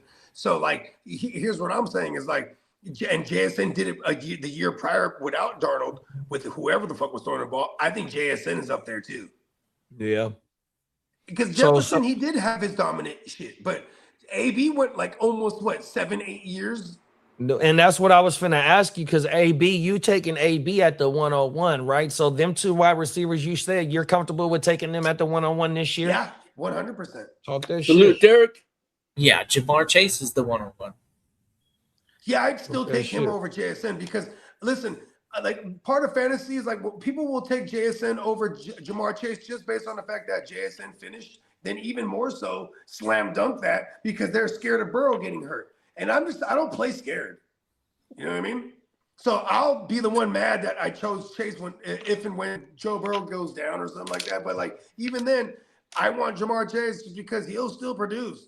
Yeah, I mean, just to double down on your playing scared point, bro. We can't predict injury, so why would you be scared to run away from somebody that has multiple years of being a high level producer? Matter of fact, that motherfucker got a triple crown, and by far he was killing. Like, look, bro, this motherfucker, and that motherfucker only 25. You know what I mean? It's like, look, he's only 25 right now. I honestly like Puka is the only person in the league that I think I can actually have that type of ceiling that Jamar Chase provides. Talk that shit. No, for sure. That's another one. That's another one for sure. In the international thing, you're on the clock. Jamar Chase was definitely the. Oh yeah, they tagging you in the league too, bro. Me? Yeah, they tagging you in the international league. You on the clock. I didn't know that. Okay, somebody just told me. I would have made it. I did. It's not that funny. Candlestick, I think you're on the clock on a couple of leagues. If I'm trying to listening live. I know Candlestick, you doing the crazy work. Out on the grind. But facts are, I'm right after you. So as soon as I can make my picks too. Yeah, we just finished the. I'm looking at my auto picks and see what happened if I got the players I wanted. Yeah, we just finished Kumite. The first round of waivers went through last night or this morning. How the fuck is he still there? Yeah, I had to go clear some. I had to go clear some bench space to go put some waivers in. Yeah, we had a 7-round draft where Xavier Thomas didn't get drafted. I was like, oh, cool. I'm going to make my first waiver play. And then my cheat code, I don't think it's a surprise because if you're in a league with me, you know I have Haynes King. Oh, God, I just got sniped. God damn it. God. When did Carolina sign him? Undrafted free agent. When did they sign him, though? Oh, the first day. Right away. Yeah, that was shout out to pick, Carolina. That's what I was gonna take. That's a nice little spot for Brad. 100%. Yeah, he tested out the best out of any quarterback ever in athleticism traits. Who, Carson Beck? And fucking power. Haynes King. Haynes King landed with Carolina UFA. That's a good spot. That's a great spot because Bryce Young could get hurt. He's a little guy. He ain't lying. And Carolina, they can move off of that. You know, they can. If Hines King, they can say fuck it. You know, there's a quarterback. That's it. I'm drafting Hines King. Yeah, with him being a UDFA, if he makes a 53 man, that's saying something, dog. I don't think he goes straight to the 53 man and not the practice squad. That he makes the team. I mean, the guy. Hey, there's no more Andy Andy Dalton over there too. So that number 2 spot, he could literally jump to that number 2 spot. Yeah, Andy Dalton is in fucking Philly. Yep. Oh, that's true. Andy Dalton's in Philly. Yeah. And there's two polar opposites. Trying to get him one, Dalton and Haynes. He's trying to get him a ring. There ain't nothing similar. I mean, even Haynes, you're able to use Haynes King at short line and goal line situations right now. As of right now, he's gonna make the team, bro. That motherfucker, bro. He's a weapon. He's a weapon, dog.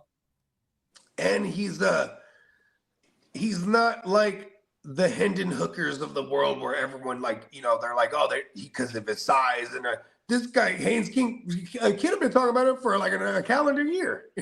Probably 2-3 years. Dude, yeah, exactly. Yeah, about 2 years. He's the GWN's existence. He's been in the college system for a long time, so that's his knock, is that he didn't get into the NFL. He got a lot of mileage on him. Yeah. But here's the thing though, too, is like we're gonna get back to the young QBs now, because look at the 2024 guys. That was the last big class we got. Right? Oh, he could have easily drafted. He could have easily been drafted in that class for sure. Yeah, Hey, like we had Penix, Bo Nix, who else? Jackson Dart. But like then you had JJ McCarthy. McCarthy was the young buck. All those other motherfuckers, well, the other guy Penix and Bo Nix, at least they were older. They were all statesmen. Yep. Yeah, they've been around. They played 5 years in college. Yep. They're smack dab in the middle of the trend of teams looking at the COVID year. But here's the thing, though, why?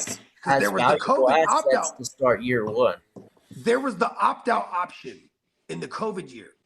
So that's why we saw in the past few years a lot of older players coming out of college, because a lot of them opted out when they had the option back in 2020. You know what I mean? And the 21 year, a lot of those fools that were playing, you know what I'm saying, they were like a year after the fact now. You know what I mean?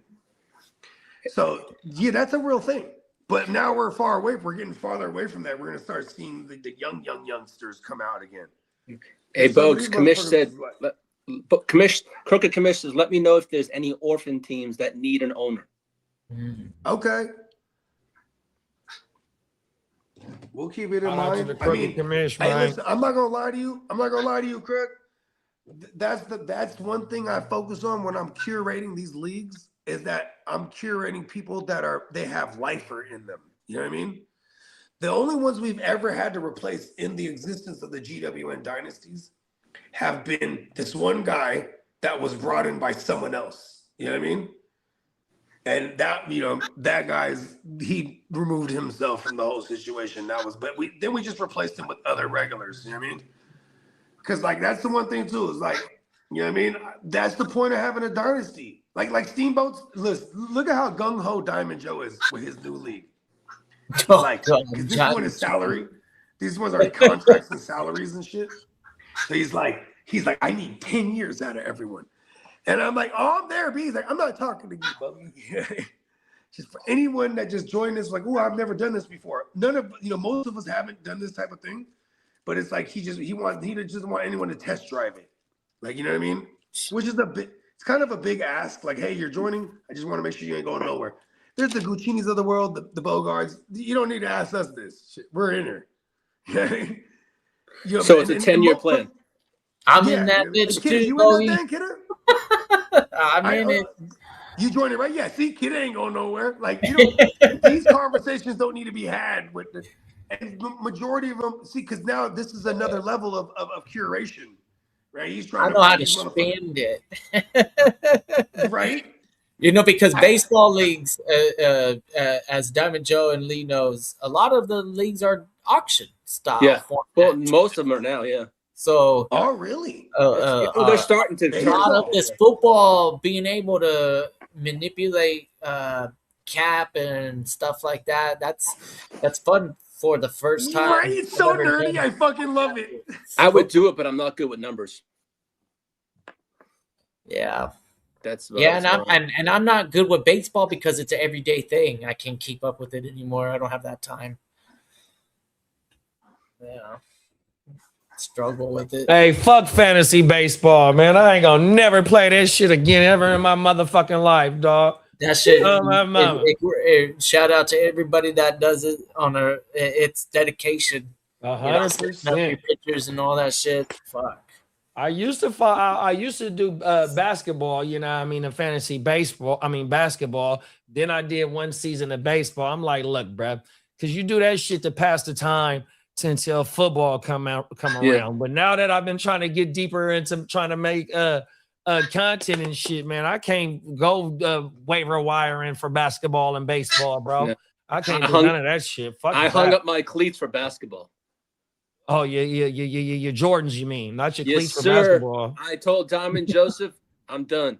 I'm handing my papers in. I'm sorry. Was you able to get a championship in that league before you left it? No, I'm good on that. I mean, his is a very competitive league, but Yeah, I didn't get no it's championship just in the with basketball. It's like baseball. The injuries just pile up, and it's hard to keep.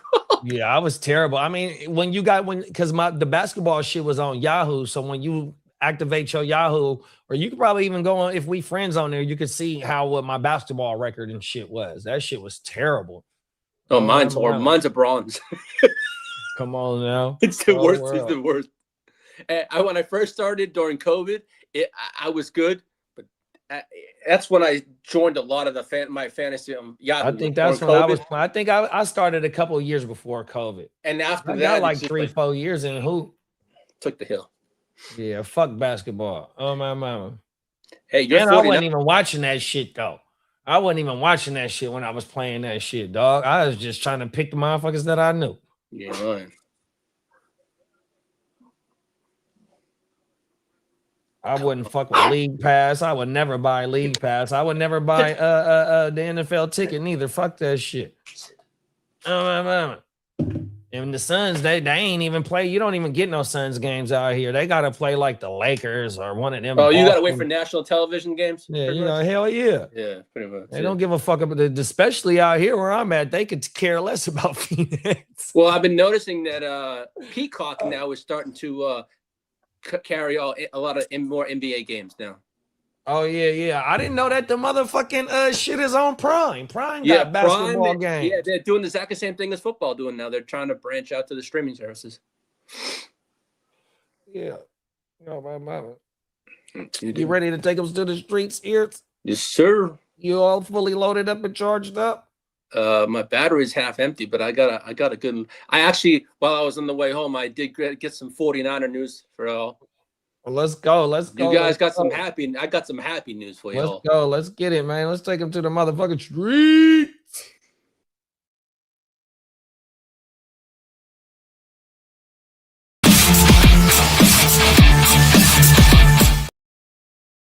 Oh well, I know I usually give you a countdown on the schedule release, but the league now has postponed that schedule release a week out now, so it's going to be towards the 18th to the 23rd now.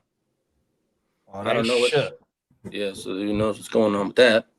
You on mute, Bogey? Hold on, Bogey want to say something on that. Can't hear you, Bo. Yeah, I still can't hear him.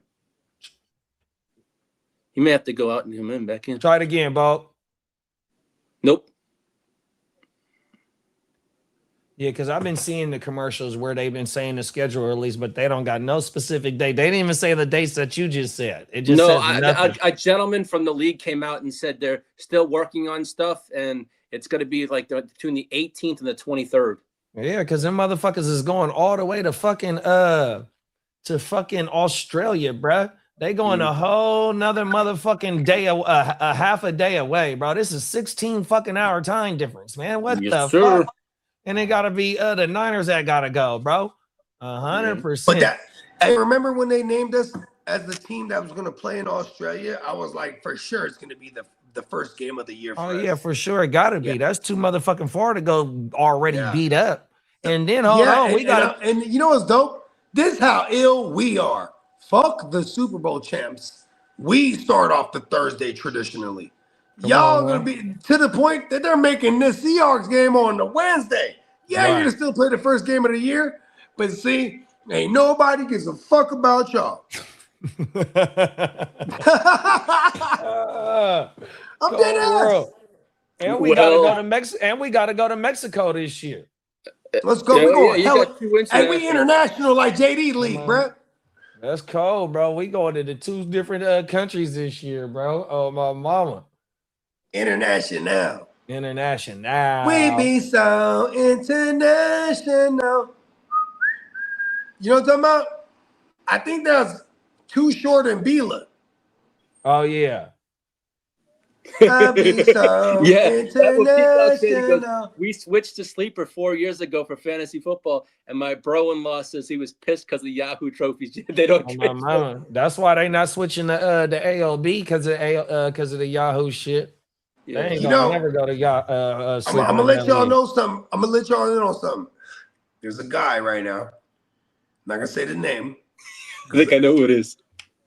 And he is gonna fix that problem for all of us. It's gonna be a thing that takes all your shit from every league that you're in, and then it shows you your ranking overall as a fantasy savage. Yeah. Whole world. You guys know who I'm talking about. I think I do. And he actually, I'll just tell you this was when he started like testing the product and he started running all our data, he ran Kidda's data, and Kidda has a 64% win percentage. That's incredible because I think no one's like averaging 50. Come on like now. that. Shout out to whatever Dan it was. Green. It was incredible. He's like, respect on the Catman, man. Look at it. He's like, come on now. Granted, it's based on the leagues that he's in with him, because you know what I'm saying. But now the next level of this app we're gonna have available soon, it'll pull all your shit from Yahoo, ESPN, everything. Be like, here's your win-loss totals, bro. You know what I mean? Oh wow. Oh, now, And here's your ranking overall. There's other things that exist like this, and they're all niche crowds. So it's not like I could just say this and be like, oh, someone's going to steal our idea. It already exists, but everyone else sucks. You know what I mean? Yeah. That's Watch my what we thing do. right there, man. On my mama, you know what I mean? It's the type of product you dropping out because, you know what I mean, 100%. That's just like, you know what I mean, with this green gold. Everybody got green gold. It's just the one that if you got the right motherfucking batch, 100%. Right? Oh, my mama. Hey, somebody can have a bad batch. Yeah. Well, Steelers wide receiver DK Metcalf will not face any criminal charges stemming from that altercation with the Lions fan last season. He's a Sagittarius. That's what we'll do. We will just not take bullshit. Ever. Yeah. JD, you want to hit me that injury drop, please? I got you, bro. The Kansas City Chiefs plan to lean on the run game and defense early to ease the pressure on Patrick Mahomes' knee. And Mahomes is on track to participate in OTAs. I think they're talking. I think this morning I saw they were talking about, before I left the house, they were talking about participation can be Phase easily as just you're standing there like throwing the ball. You know what I mean? Yeah. So they're gonna ease him in. He's on track to be ready for week 1. Yep. Yes, sir. What did they didn't get nothing new on offense over there, huh? No, it was 4 minutes. But four guys on defense, and there was like one wide receiver. They try to bolster their offensive line with one of their picks, I think. Yeah. They think they took a guard, right? Somewhere. What'd they do at running back? They didn't. Emmett Johnson. They brought Emmett in Johnson. Ken Walker in the There you go. offseason. Oh, that's right. it. So they didn't It draft was nobody. Emmett Johnson. Then they drafted the Johnson kid. Pause. Like 6th round or something. There goes Johnson hitting the hole. Cold world. That's how the commentator would sound. Squeezing in. Squeezing right in the hole, Squeezing and Johnson. Cold world. He's ramming it right up the gut. I'm not gonna say what I was gonna say. We were talking about football, man. I know we are. No, but I was gonna say Get your mind out of the gutter. First. Get your mind out of the gutter. We were talking I about had to football. think first. I don't usually think before I speak. Yeah, fix that. I'm doing that. What else you got for us here? Well, the Dallas Cowboys signed Caleb Downs to a 4-year, $28.9 fully guaranteed contract. Wow. Fully guaranteed? Fully guaranteed, yep. Who is this? Caleb Downs. Oh, why'd you say the kid? I swear you said the Cowboys, bro. You said Dallas Cowboys. I said Dallas Cowboys. Caleb Downs signed a 4-year. Oh, that's right. They did draft Caleb Downs. Wow, I'm tripping. Damn, they gave him a full. I guess it's not so bad. $30 million divided by 5 years if they don't decide to extend him. You know what's here's my gripe about that though. It's like when you get all right, his agent got him a good deal. Watch when this kid balls out in 2 years, he's gonna be demanding a new deal. You know what I mean? For sure. As for veteran quarterback Tyrod Taylor, he was signed by the Green Bay Packers. Oh yeah, they need. He's probably gonna work his way up to be the actual backup too. Yeah. Well, who else is over so there? I had a blood Yeah. line. Oh, that's right. They don't really have anyone there. No, they released the guy that who was it they had over there? He came from the Saints. Olsen? Oh God, He's he came- expected to be the Olsen? backup as of now. I don't know why I was thinking of Tolzien. That was like 10 years ago. My bad. I'm trying to think. Willis. Yeah, who was the backup last year, bro? Oh, Malik Willis. That's Malik Willis. right. Trying to think who they released. They released the quarterback, Jake something Hain or something. They released someone Yeah, to make room on the roster for him. Yeah, he was on New Orleans a few years ago. Yeah. Let's see. As for the 49ers is Kyle Van Noy wants to play for the 49ers. He wants to join his brother. He said he called him his brother. It was Fred Warner. That's who he wants to sign with the 49ers. Now, as for your 49ers, JD and Kyle Van Noy's a good luck charm. yeah. The 49ers Super Bowl winning Kyle Van Noy. Now, on. as for the San Francisco 49ers, I want Kyle Van Noy. the Bang Bang Niner gang, they have a total of $67 million in cap, leading the league. Let's go. That's the news. Huh? Let's go. Yeah, That's the good news you're talking about. I'll get to it. As for the Ravens, they're expected to sign quarterback Kyler Thompson. The Browns hired former Jaguars Trent Baalke as a consultant. The Browns did that? Yes, sir. Damn, they're dumb. Yeah, he used to work for us. Yeah. Trent Baalke is bad. He was good before. You know what's crazy is when the game evolves and you don't change, then you're going to look bad. Yeah. Well, we know Peacock mentioned the Ravens signed Diego Pavia to a 3-year deal. His deal is no bonuses and no guarantees. It's just basically a tryout to see how good you are. Who's that, the safety? No, the quarterback that was I don't know. Diego Pavia, the one that was the Heisman finalist. Yeah, okay. Short stuff. The guy with no agent. Yeah, exactly. Oh, I know. Is that what you're talking about? The short kid. He's an Aztec warrior. Yeah. Now, as for the Rams, they declined Because they're short, you know? Yeah. The Rams declined Emmanuel Forbes' 5th-year option. The Chiefs declined Felix Anukia Azuma's 5th-year option. They drafted him in the first round. I forgot about that. Aztec. Yeah, sorry. Yeah. And the Chiefs, the Giants declined Deontay Banks' 5th-year option.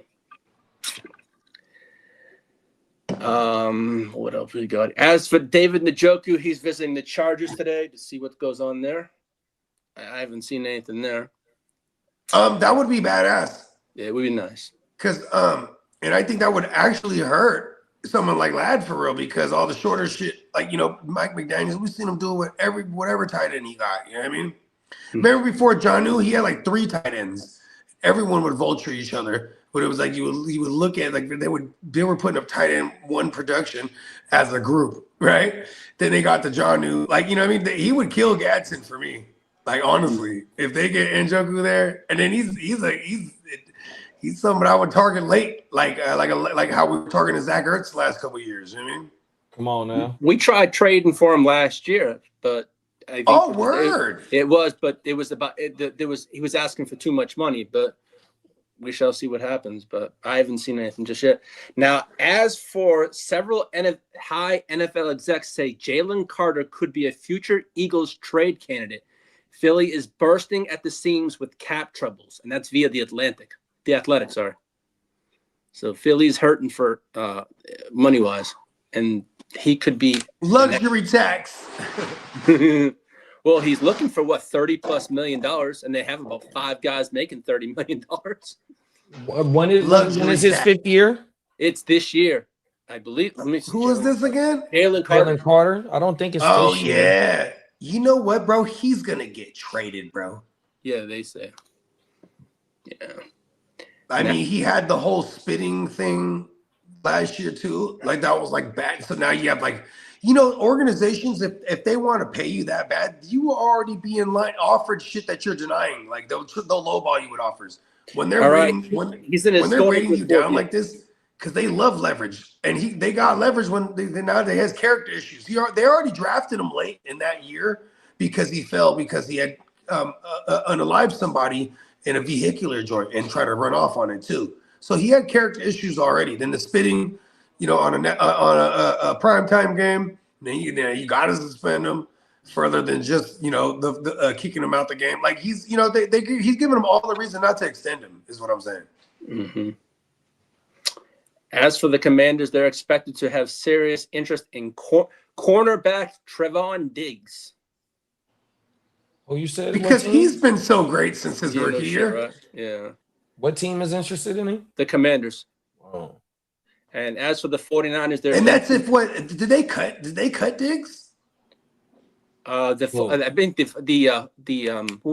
was on the Packers. I think he signed with the Packers at the end of the year last year. Oh, so the Cowboys been moved on from Trevion Diggs. Yeah, for sure. Wow. No. And you know what's crazy is a new scenery for that guy is always going to look like, all right, look, they want me here. He went crazy that rookie year, and then the rest of it, he was getting injured. If y'all remember, I want to say he had like 10 picks that year. Yeah, he led the league with Bland. As a rookie, that was Bland, wasn't it? Wasn't it with Bland? Bland was Bland. Bland was the following year. Oh, okay. But here's the thing: is like, yeah, when you have 10 picks, that's crazy, and you're a rookie. You're a rookie, and if you're that good, they stay away from you after that. You know what I mean? When you're a rookie, they're picking on you. And I think it was 8 picks actually. Either way, he had 8 picks, bro. That was crazy. Then the next couple years, and they just stay away from him. And then Bland's going crazy. You know what I mean?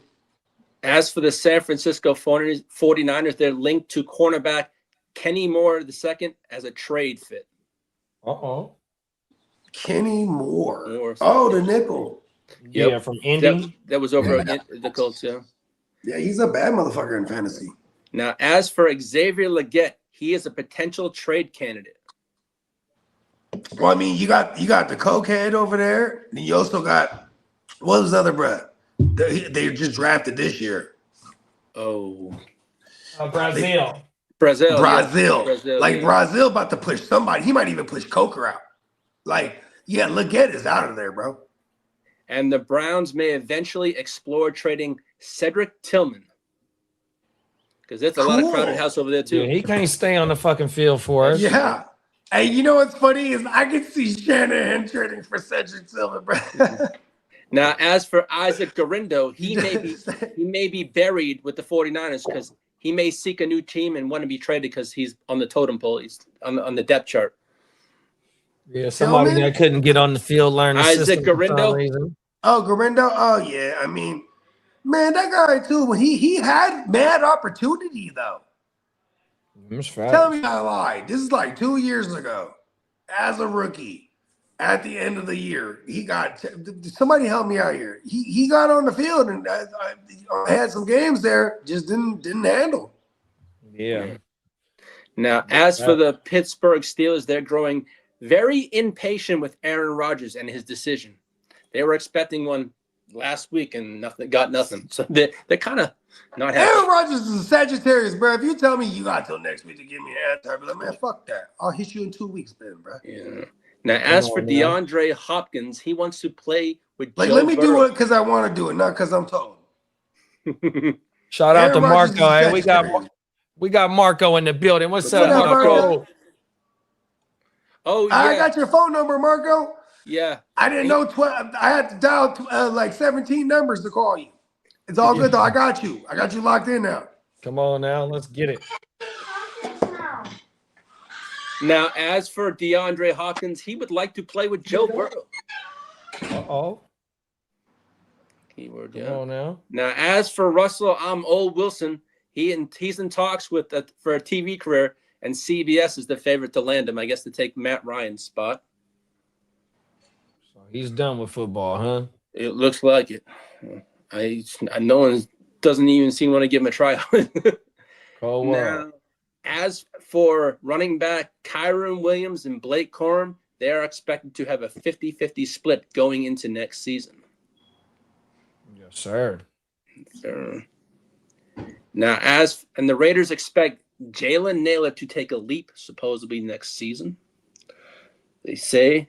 As for the Ravens, they're listing Jacoby Lane as a red zone weapon and Elijah Surratt expected to be in the slot role. And that's via ESPN. So that's what they're saying those two are going to be. Now, as for that Jalen Naylor shit, I don't know what other wide receivers they brought in this off season. I think they didn't bring in anybody. Well, I want to say they got a late round wide receiver, but other than that, we got what's over there already.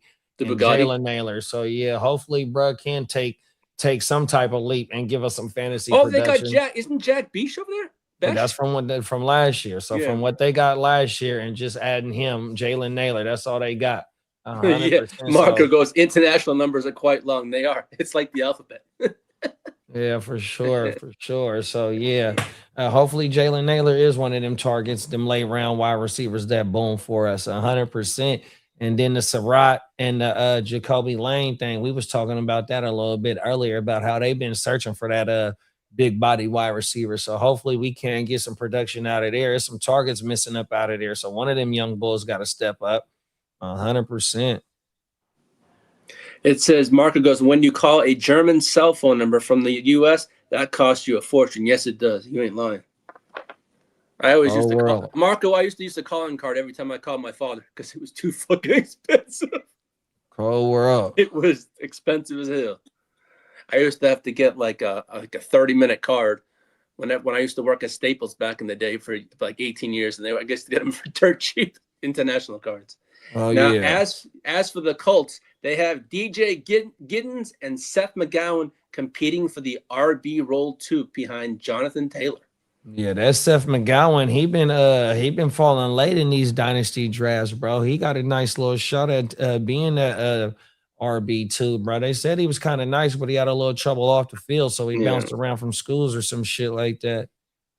Now, as for the Lions, Khalif Raymond, he's expected to be the wide receiver 3 over with the Lions. Wiz Khalifa Raymond is supposed to be the WR3. No Tessa la. Nope, they have that's the la gonna beat. They have Khalif Raymond. Yeah, Wiz Khalifa Raymond finna get beat out by Tessa la. Every time they threw the Tessa la, that motherfucker was catching TDs. Even though he only had about 3 or 4 of them motherfuckers, but that motherfucker was catching TDs when they was looking for him. Jared Goff. As for the Cleveland Browns, they expect Jerry Jeudy to have a bounce back year and to be that wide receiver 1 again. Man, with drafting 2 wide receivers this year, they put that motherfucker up on the block. Yeah, I can see that. Now, as for the Jaguars, they have tight end Nate Burkhardt could boost their run efficiency, and that's via Sports Illustrated. I don't know if I said that. It's Burkhardt. Say that again. Jaguars tight end Nate Burkhardt. Some shit. Could boost the run efficiency, and that was via Sports Illustrated. Now, as for the 49ers, their rookie Dejon Stripling, they don't expect him to start much at all. He's basically going to learn this year, they're saying. So he won't see the field too much this year. Yeah, he's buried on the depth chart as of right now, because everybody's healthy on the depth chart. But you know how that shit is in San Francisco. Them motherfuckers be dropping like flies. So as of right now, young bull get to kick back.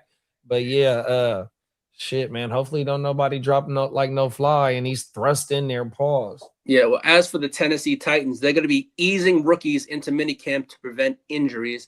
And Brian Daboll said Carnell Tate, in quotes, must earn everything. Hold on. Marco said Mia Khalifa plays football. And then Crooked says, I hate to correct you, Lee, but it's impossible. Raymond currently plays for the Bears. What the hell? All right. Wow. And then Marco said the guy that made the crazy offers for Dean and Winston doesn't need them anymore. He drafted decent IDPs. If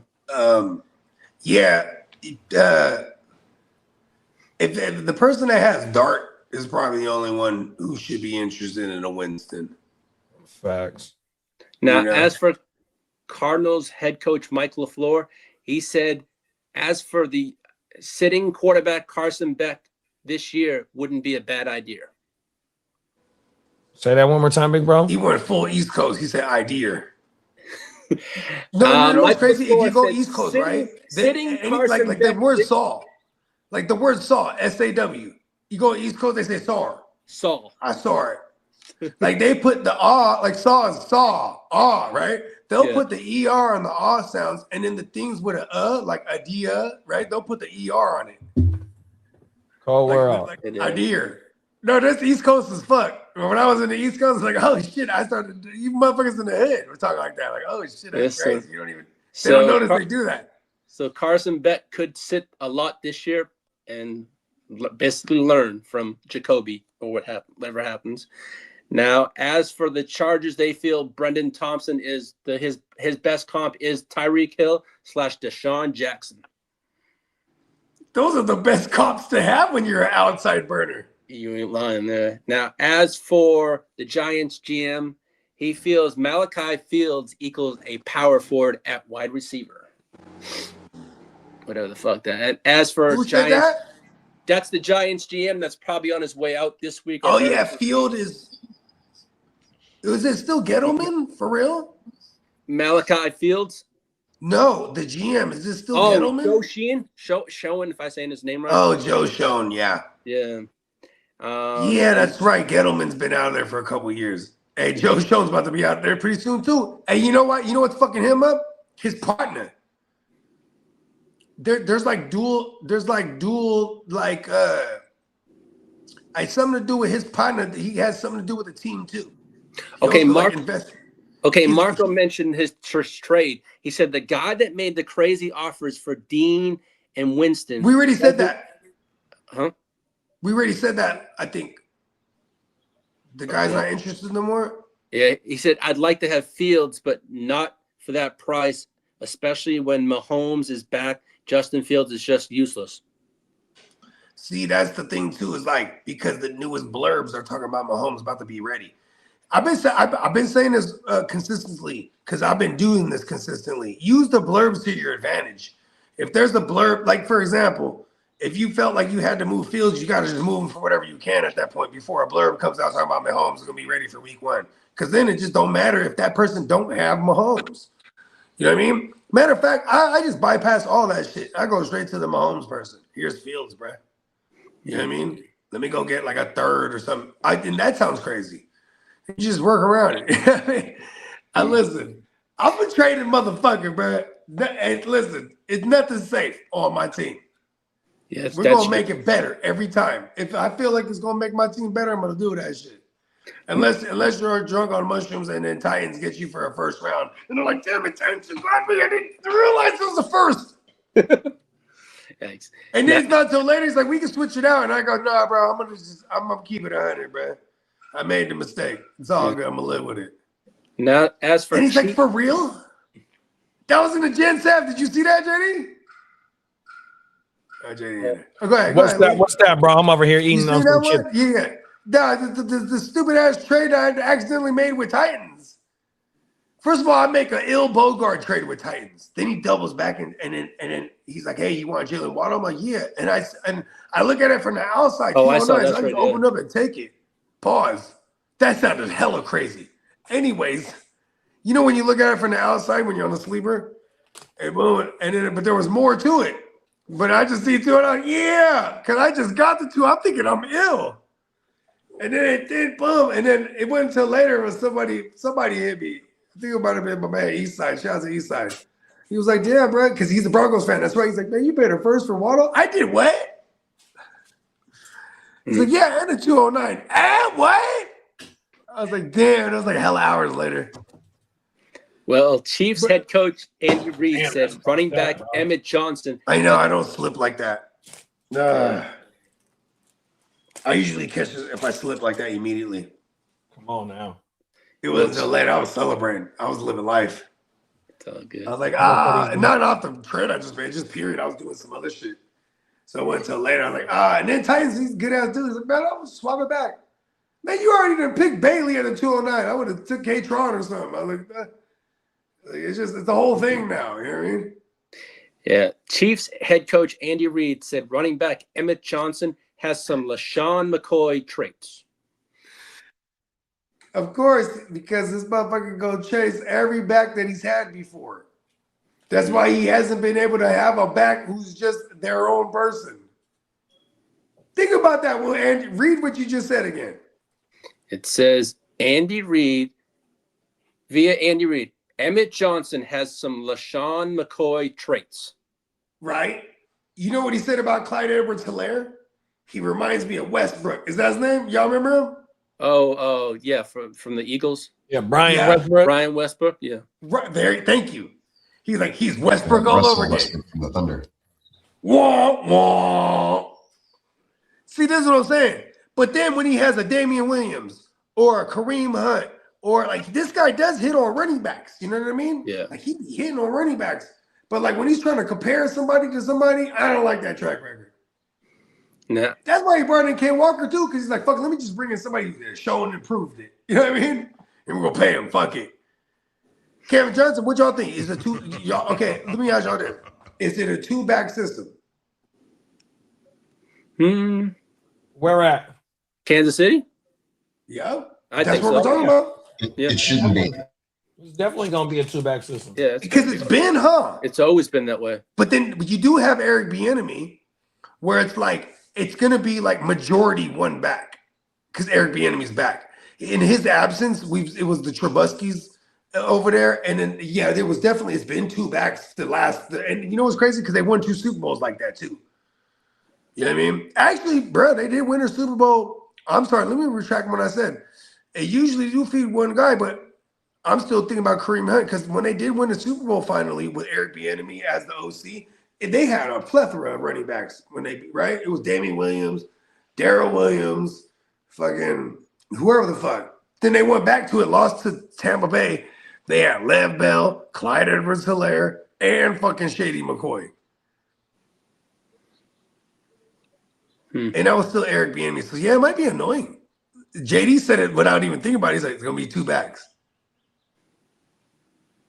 Dan, so how do we feel about Ken Walker? Because people they're picking him up like 3rd, 4th round and single QBs. You know what I mean? 3rd round for sure. Yeah, you better go try and get Emmett Johnson. I've got him in quite a few leagues already. Ken Walker's not the healthiest too, bro. Come on now. So it would be smart to make sure you acquire a K Johnson. If I said just acquire a Johnson, that would have sounded crazy. Yeah. K Johnson. Is it K Johnson? It's Emmett Johnson. E Johnson. I was totally E off. Johnson, yeah. It's several letters away. Yeah. Well, as for the Panthers, they're discussing a long-term deal with Bryce Young. What does that discussion sound like? I don't know. I don't know. I'm not in those meetings. I don't know. But hey, we'll see what they do if it's a short extension. But who knows? But right, they're gonna talk. As for Dolphins linebacker Jordan Brooks, He threw a short joke at him. I see you. Never mind. Now you didn't catch it. Go ahead. As for Dolphins linebacker Jordan Brooks, he's seeking a raise, or he's seeking more money. The Texans have not engaged in serious extension talks, pause with C.J. Stroud just yet. But I did see that their owner came out and said that they are behind him, that he will get that contract in time. As for the Eagles, they're dealing with a lot of cap pressure per league sources and the Athletics. So that's why the Jalen Carter shit came up. As for the Buffalo Bills, they're submitting. Hold on, real quick. Yes, sir. The Jalen Carter shit. You know what's fucking him up? They told him last year when they paid Jordan Davis.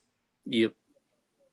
Who was drafted a year before him in the 1st round, and they made sure they paid bruh because he started showing the fuck out in absence of Jalen Carter. Matter of fact, there was even a Nolan Smith.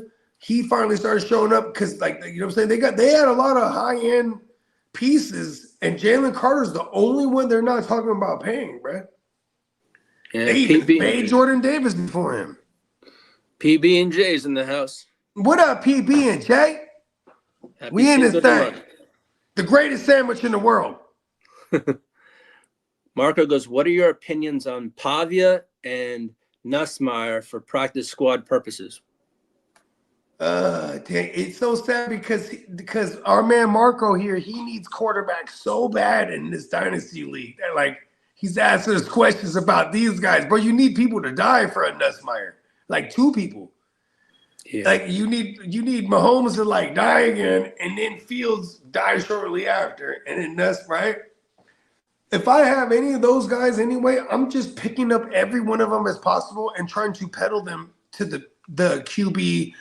The manager that has the starting QB. That's the approach I would take. Otherwise, I'm trying to pick up skill guys.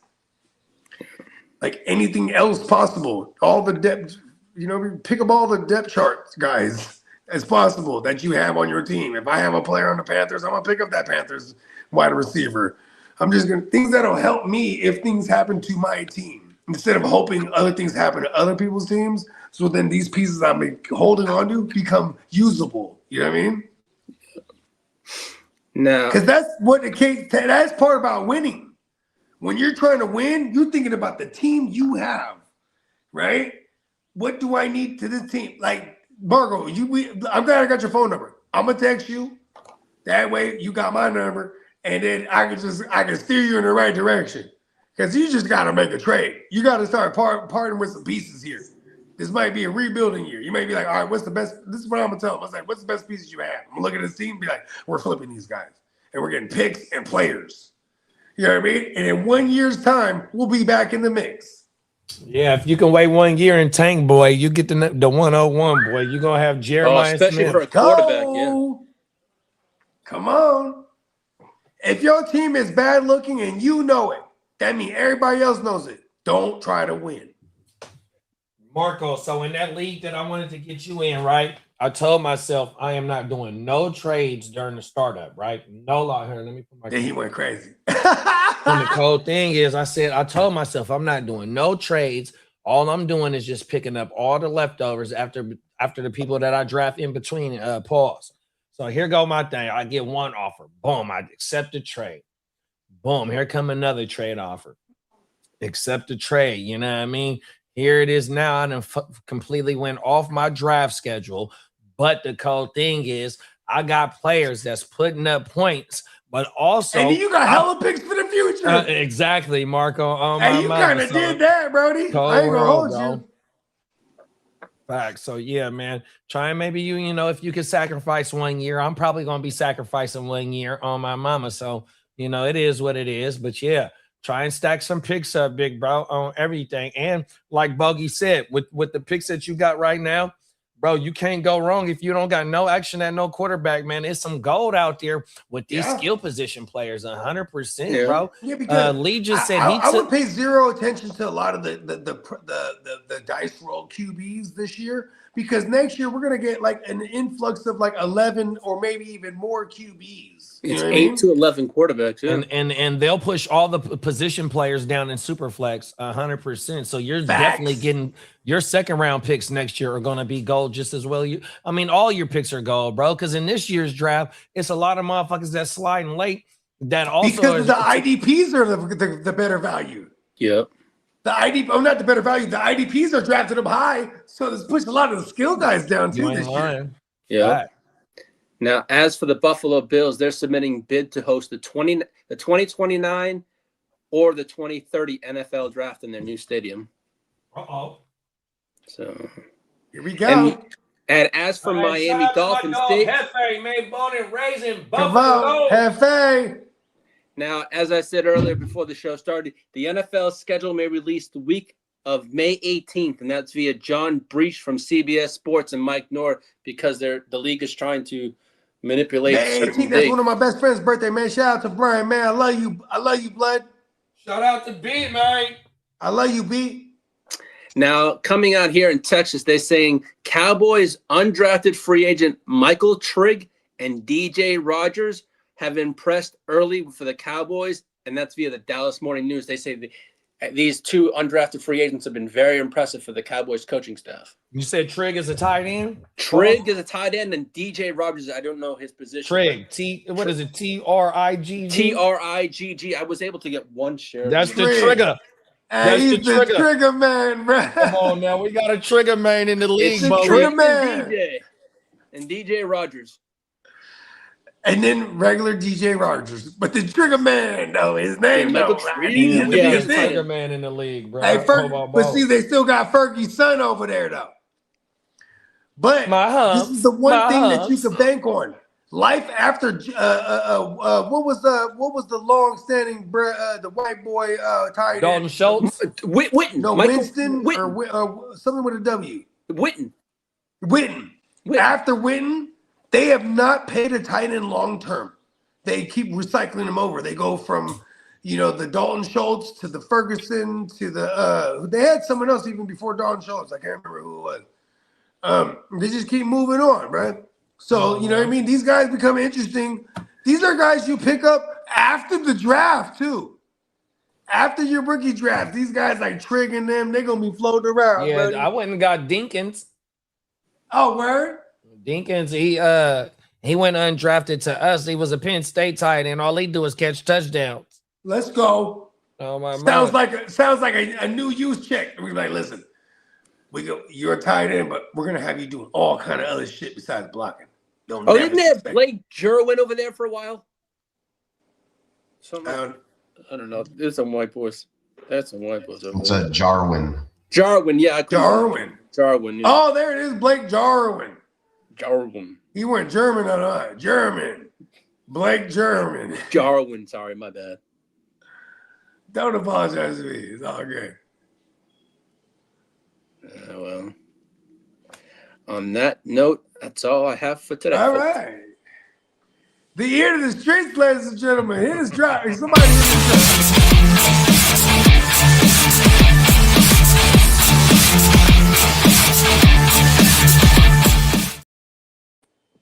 PB&J said Shoemaker.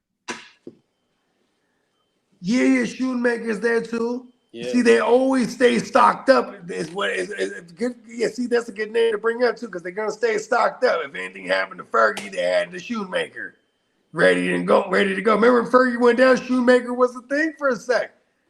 Yep. And here's another thing. Here's a fun fact, Dak stat. Is Dak in his career, the second actually the most targeted. Oh, I'm sorry. The stat is the second most targeted. And hold on, let's count how many. 16, 17, 18, 19, 20, 21, 22, 23, 24, 25. We're going to 26. So out of 10 Dak seasons, 8 out of those 10 seasons, the most targeted position is the tight end. Oh, I'm sorry. The second most targeted. So no matter who it is, he's going from looking at the number one option receiver, and he goes right to the tight end. Dak has 8 out of his 10 seasons where the Is that what happened with his baby mama? position, second to the receiver, is the tight end every time. All but right. it's at a high volume. Dak just plays it safe. All right. Well, it just came out. The reason why Aaron Rodgers hasn't signed, it's financially related. You want some more money? It's about money. Give me more money. I took your franchise to the playoffs. And that First time I was there. I just woke up, went to the Steelers, took y'all to the playoffs, bro. Give me the bag. And that motherfucking tender they put on him to pause, it was a 10% increase or a 15% increase in his pay if he comes back and signs with him. So what's now 15% on 10 million guaranteed, right? Or I guess it was 13 million was his contract or something like that, but it was the 10 guaranteed, like he has stated on the McAfee show, right? So even if you just go whatever percentage upwards, he's like, no, I need double that. Come on now. You know what I mean? Like, it's a 1 year thing. Here's the thing. Why isn't Aaron Rodgers? Aaron Rodgers, his time in Green Bay fucked him up his one last year there. Because then he goes to the Jets. He gets all the big money. But then his time with the Jets is dictating what people are willing to pay him right now. You know what I mean? Now, he got that team into the playoffs. He's not incorrect here. Now, you have to give me 40 guaranteed 1 year. Have you seen the rumor floating around that he might be trying to get to Arizona? Arizona, I saw that. I saw that. Okay. All right. I thought of this a lot. Aaron Rodgers, if he retires right now, we will remember his last plays. He threw a pick 6 or something like that, right? Or a pick. He threw a pick at the motherfucking the Texans in the playoffs. I was going to say, my last memory of him is throwing a pick 6 versus the Texans in the playoffs last year. There it is. So I had it correct. Thank you. I don't think Aaron Rodgers, the Arizona thing, it's because he was an MVP multiple times with brother, Matt LaFleur. Mike LaFleur's over there in Arizona. He goes over there.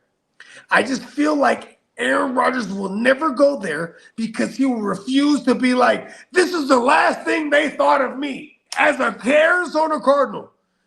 He tried to do Brett Favre going to the Jets. Now you're going to try to do Kurt Warner? Is that what you're trying to do now, bro? I don't know. He's a Sagittarius, so I feel like he's going to carve his own path. Like, the Steelers to me is still the most logical thing that Aaron Rodgers will do. He goes to the Cardinals. How bad is that team for real, Brad? That defense is like decent, no offensive line. Like, this guy's not going to go there, man. He's going to go there and have to teach everyone. Cold world. At least with Mike McCarthy there with the Steelers now, it could be something he could just walk onto again. You know what I mean? Just the same way he walked on with Arthur Smith, like we said it last year. Remember that, JD?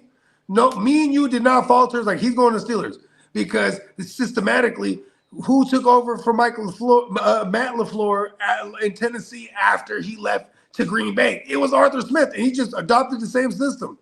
So I knew it when Arthur Smith was there. I was like, Aaron Rodgers is going to go there. Damn, Netflix just gave Dave Portnoy 8 figures for 3 podcasts.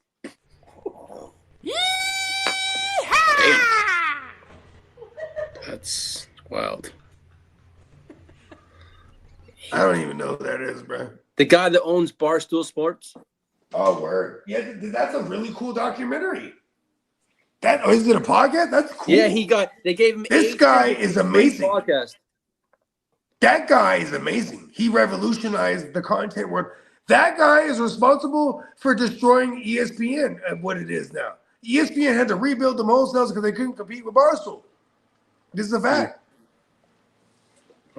Suscríbete a mi canal de YouTube, dale like y activa las notificaciones.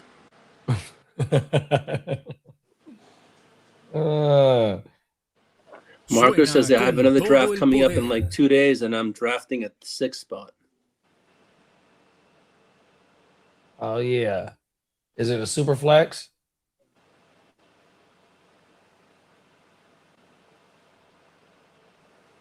The 6 spots, you're gonna have a nice choice of some players. Lemon.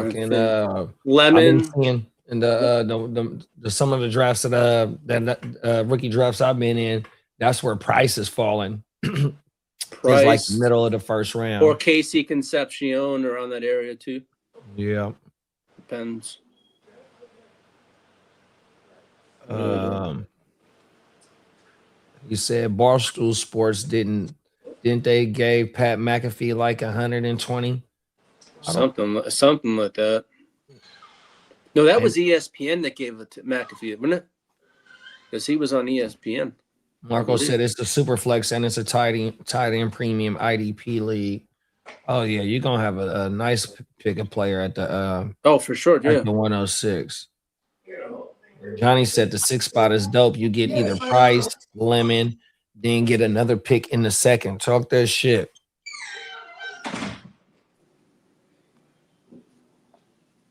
Yeah, that Sean Mannion offense should look a whole lot different in Philly, bro.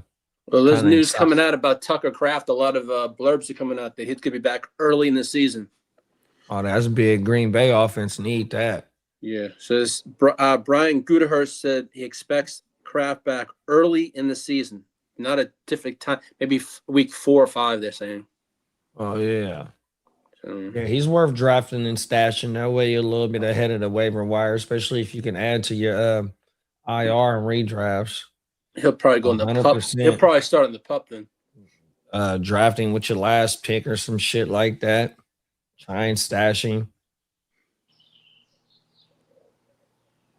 He was balling last year. Let me go pull up his shit real fast. Hold on, y'all. I'll pull the shit up on the screen too. Yeah, fucking up. Here we go.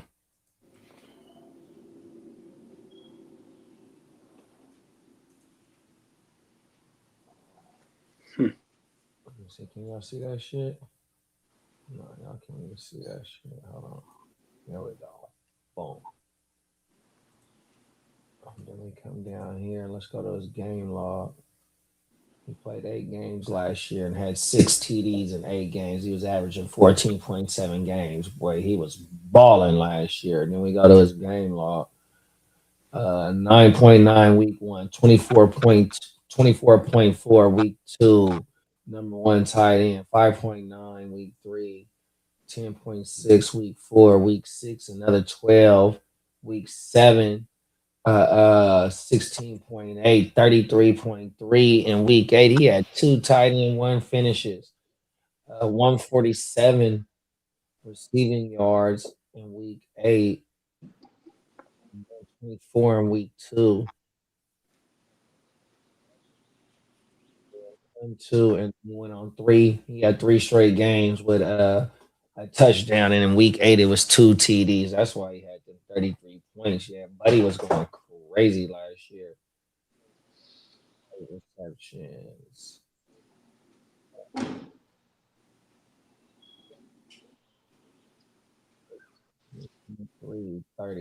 32 receptions and 6 TDs, was it?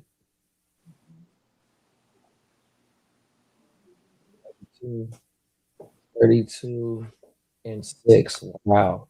He was, it doesn't have his total percentage how he's when he scored his TDs. I love how they do that.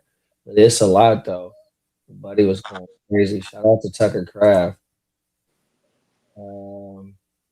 Marco said I got Concepcion at the 7th. Price was already gone. Yeah, Price been going pretty early. Well, middle of the first, excuse me.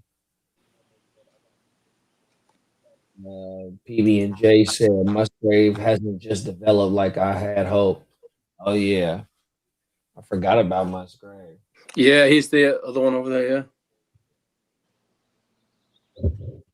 Yeah, they offense a whole lot better when Tucker Craft was out. Because it basically runs through him, or it did last year before he got hurt. Yeah, because Watson wasn't on the field when Tucker was there. I think Watson didn't come back here. Let me pull Watson's shit up. I'll share the screen. Let's go to Watson's shit because Watson had a good run towards the end of the year too. And Watson is the one that I'm targeting in that offense. Damn it. I pulled up Logan Thomas. Right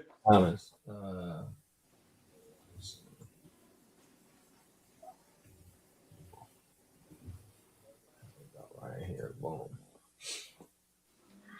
Y'all see that shit? Yeah, y'all can see that shit. Okay.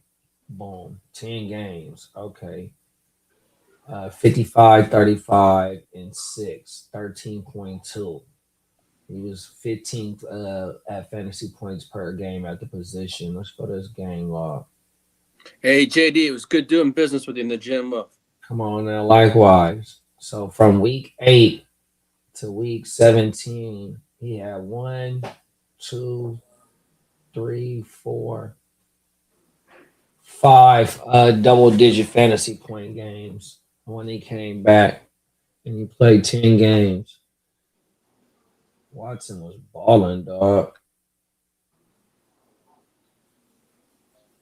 Cold world. 7 targets, 10 targets, 5, 1 in the red zone, 6 with 3 in the red zone. And see, that's another thing about Tucker Craft being gone. Tucker Craft, would he play 8 games? Yeah, I believe something like that. And it says Watson came back in week 8, so they weren't on the field. That's another thing. So that Green Bay offense, if they both can stay healthy, that Green Bay offense is going to be a damn good offense, and Jordan Love be a good late round super flex quarterback. I like that. And if you can get anything out of Jaden Reed or Matthew Golden, you know what I mean? You still got Josh Jacobs back there. Yeah, we need some good fantasy points out of our skilled players in Green Bay. Shout out to the Stay Packing podcast. My dog's over there at the Stay Tube Live family, man. 100%. Come on. They ain't playing. Come on now. My bad. My allergies is acting up, y'all. Hey, look. I'm about to copy you a jar of some honey. Come on now. This logo shit. Everything. Every boy. I've been trying to thug that shit out. Yeah, I ain't seen the difference yet, but I've been taking a scoop. They said just take a teaspoon or a spoonful every day. Come on now. Right? Yeah, because then they say that when you get adjusted, then use good. And then if it ever happens again, go get another jar. Because then, because shit. Here's the thing. Is they even told me, it's like, well, you got to make sure it's from the local shit. And here's what's dope by AI. Take a picture of that motherfucker, bam. Then my girl's like, bum. It says it's the Elk Grove area. There it is. Locally sourced. The bee farm is right around the corner. Come on. Oh, everything. I need that thing. Come on now. Yeah, because that's what it would have to be too. Now that I think about it, it would have to be a local joint from somewhere in your area in Sac. Facts. Yeah. Otherwise, you'll just be good in allergies when you come to Elk Grove to see me. Oh, my mama. Cold world. Damn, I can't think of what. I forgot the name of these trees out here that be dropping that shit. That shit, when the wind get to kicking like it was at the end of last week, going into this week, that shit was blowing that shit everywhere. Everywhere. Everything. Is it the little white things? The little white woo-wops? Something like that, and then they be yellow like type. The white things. I think the white things come from them. I think the white things come from them stinky trees. The trees that stink. Yeah, we call them the cum trees. Pause. Yeah, on my mama, facts. Facts. The net trees. On my mama. Them is fact. Them motherfuckers. That's what they smell like. Oh my mama, bro. We got those in San Jose too. They go crazy. They're everywhere. For real, and it's funny because it's just like it's disgusting. You know what I mean? Facts. They stink and it's motherfucking everywhere. Yeah, he ain't lying, y'all. Them is facts. Them motherfuckers smell terrible, dog. I'm glad you guys is better than us. You call them the stink trees. We call them the cum trees. Oh, my mama. Pause. Come on now. It's Mother Nature, damn it. Them motherfuckers. That lets you know that spring is here because they some of the first shit that bloom. Yeah, and then they blow all over this motherfucker too. Facts. And they just everywhere than a bitch. Facts. Yeah, I know. And we're in May. You know what crazy? It rained yesterday. Oh, everything. I'm like, damn, this is May. I'm in the valley. That shit was coming down last night. It sure the fuck was. I was like, what is this? Is crazy. This is the world is something's different, bro. Kev used to make a joke when I first moved out. He's like, man, you brought the Bay Area weather out here. I was like, that's what everyone tells me. Because when I came out here, it's just raining and shit. And I'm like, well, what the fuck is this? This is not how it was every time I fucking visited. You know what I mean? Come on now. Every time I visited, it'd be hot as fuck. But it's still that too. But it was just like, what is it raining in May? PB and Dub said it snowed May 1st. Well, where he at? That's crazy. Whole world. Literally. That is crazy. Because that's like we're, the earth is like different in the space wherever we're at now. Yeah, it could be like on inches, bro. Like we had pivoted some inches or something. Or like, like they say the moon moves like a couple centimeters every year away from us. Our fucking second draft in Arizona, right? It was about 113, maybe 114 out there. Out here in Sac, that shit was like 115, 116 for that weekend. It was hotter in Sac than it was where we was in Arizona. That's crazy. What do they consider Sac? Dry heat? Yep. Wow. So it's even because obviously Arizona, Nevada, that's where you're gonna get dry heat. There's little less humidity is what I'm saying. Facts. Right? Yeah, because where I'm from inland in the Bay, the South Bay, inland. So like my dad used to always flex how dope it is being in the inland. He said like this. He said, "If there's ever a typhoon, Jay, the Santa Cruz Mountains will protect us. If there's ever," he said, it won't get too hot, it won't get too cold, because of where we're at. But he said, if there's ever an earthquake, though, we're fucked. You know what I mean? Because we're right on the San Andreas, like all of us, this motherfucker. You know what I mean? When this shit happened in 89, what part of Santa did it fuck anything up? I'm in the east side, bro. I remember my older sister, she's 9 years older than me. So in 1989, that makes me 5 years old. Yeah, no, I was about to turn 5 because this happened in October. I'm in October, yep. I hella remember my sister running us out, and we're in a townhouse complex, and I just remember the ground. Like, so we ran out. There's like a big old grass area and trees. She ran us out because that's how they taught you back in the days: stand in a doorway or run under a tree. Yep. Stupid people. Or get under your desk. That's how they taught us. Because we used to have earthquake. We used to have earthquake drills at school. Because I was 8 years old or 9 years old when it happened. And so we used to have earthquake drills, just like fire drills, damn near every month at school. Facts, us too. You used to have to buy the in the beginning of the year, you pay $5, and then you'll have like an earthquake drill pack of food, right? Then at the end of the year, if you had no earthquakes, you could eat that pack. It was cool. It was like a cool thing. They didn't have that when I was in school. Oh my mom, whole world. I was in the desert of the 90s now. Well, because look at life after 89 was different, bro. The roads were different. Like I grew up a skater.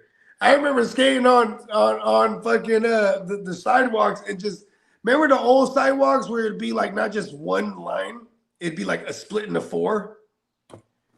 Like look at the sidewalk where you could play hopscotch and shit like that. Yeah. On my mouth. So they stopped doing that after 89 because every time you go you skating around, you gotta know the neighborhood because there'd be little blocks that's lifted to this area. The whole shit was fucked up everywhere.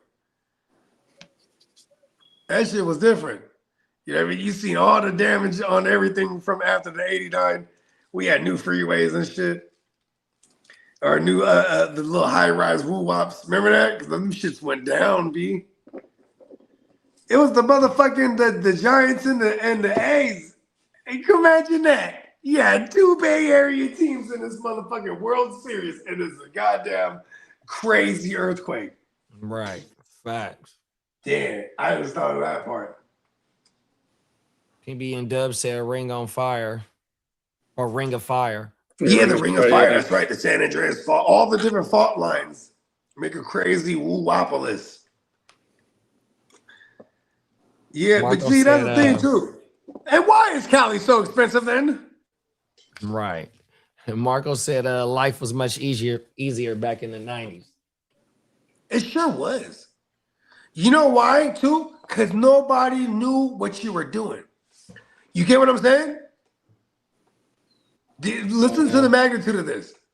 When I was a kid in the 90s, I could just move elusive. No one knows what I'm doing or where I'm at unless you're with me. This is the 90s. Now we live in a day and age, everybody and their mama is telegraphing every move they're doing. Cold world. Hey, look at me on Instagram. I'm doing this right now as we speak, right? I'm on YouTube right now. Hey, I'm on YouTube right now live. You know what'd be federal? A motherfucker on live like we doing right now, but he got his meta glasses on going live. Right? He just in the world. That's us in Vegas, actually. A few times. He's on live going live with the metas going live. Hey, Bo's about to have a pair of metas in Vegas. You motherfucking right. The Chicago Bears have reached out to the Giants about Kevion Thibodeau. Uh-oh. Wow. PB and Dub said the Ring of Fire goes from Japan, Alaska, coast down to LA. Cold world. Yeah, that's the whole Pacific woo-wop, bruh. Yeah, that's like them other countries. That's like them other countries though that be where them tsunamis. That's all that is an earthquake. But you know what I mean?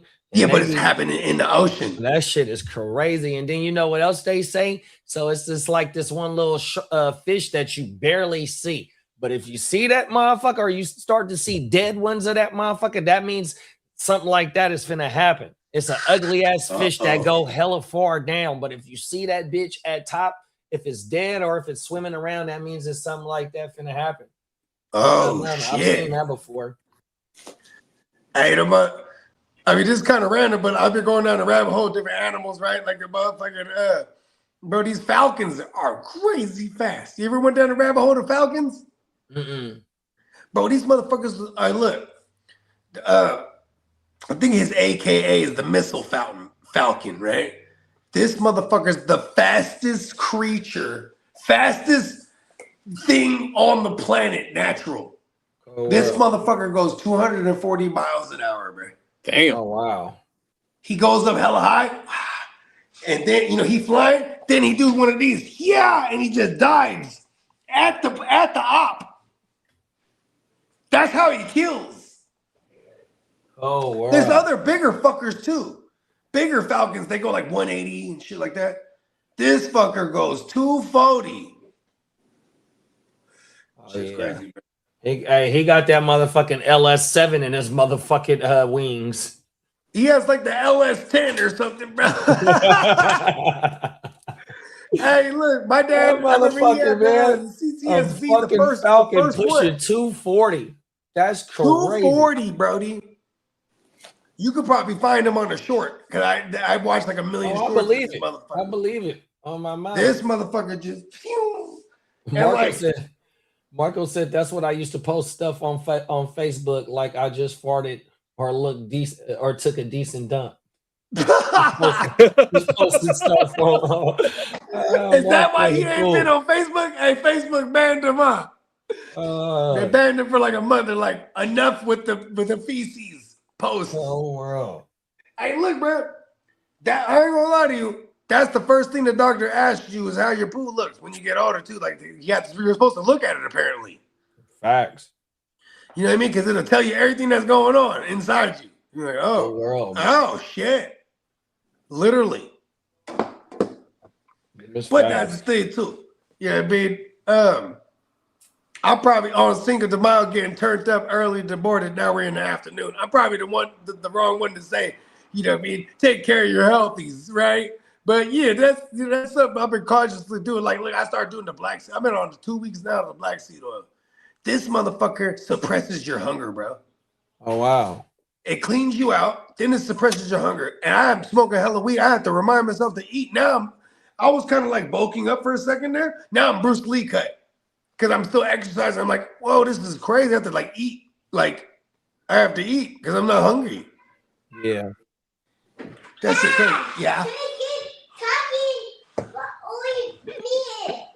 He's talking to you? Yeah, he's talking all about me. Stop talking about it. Okay, what draft we got going on? I know we got the international. I know we got the gym. Where we at in the gym wealth? Hey, that Carson, what y'all think about my Carson Beck pick? I'm like monopolizing all the QBs. What league you get him in? In the international. Oh yeah, talk that shit. Yeah, I have Burrow, Goff. Then I took Shador and Danny Dumbass. Then I took Tua at one point, and I took Carson Beck. And it's because, Emil, if you're watching this, you are not safe with Brissett as your two. Oh, I have a whole menu for you now. I want to say it's a few teams with only two quarterbacks. It's all good. That's why I'm grabbing up a gang of them. Oh my mama, fact. Might as well monopolize something.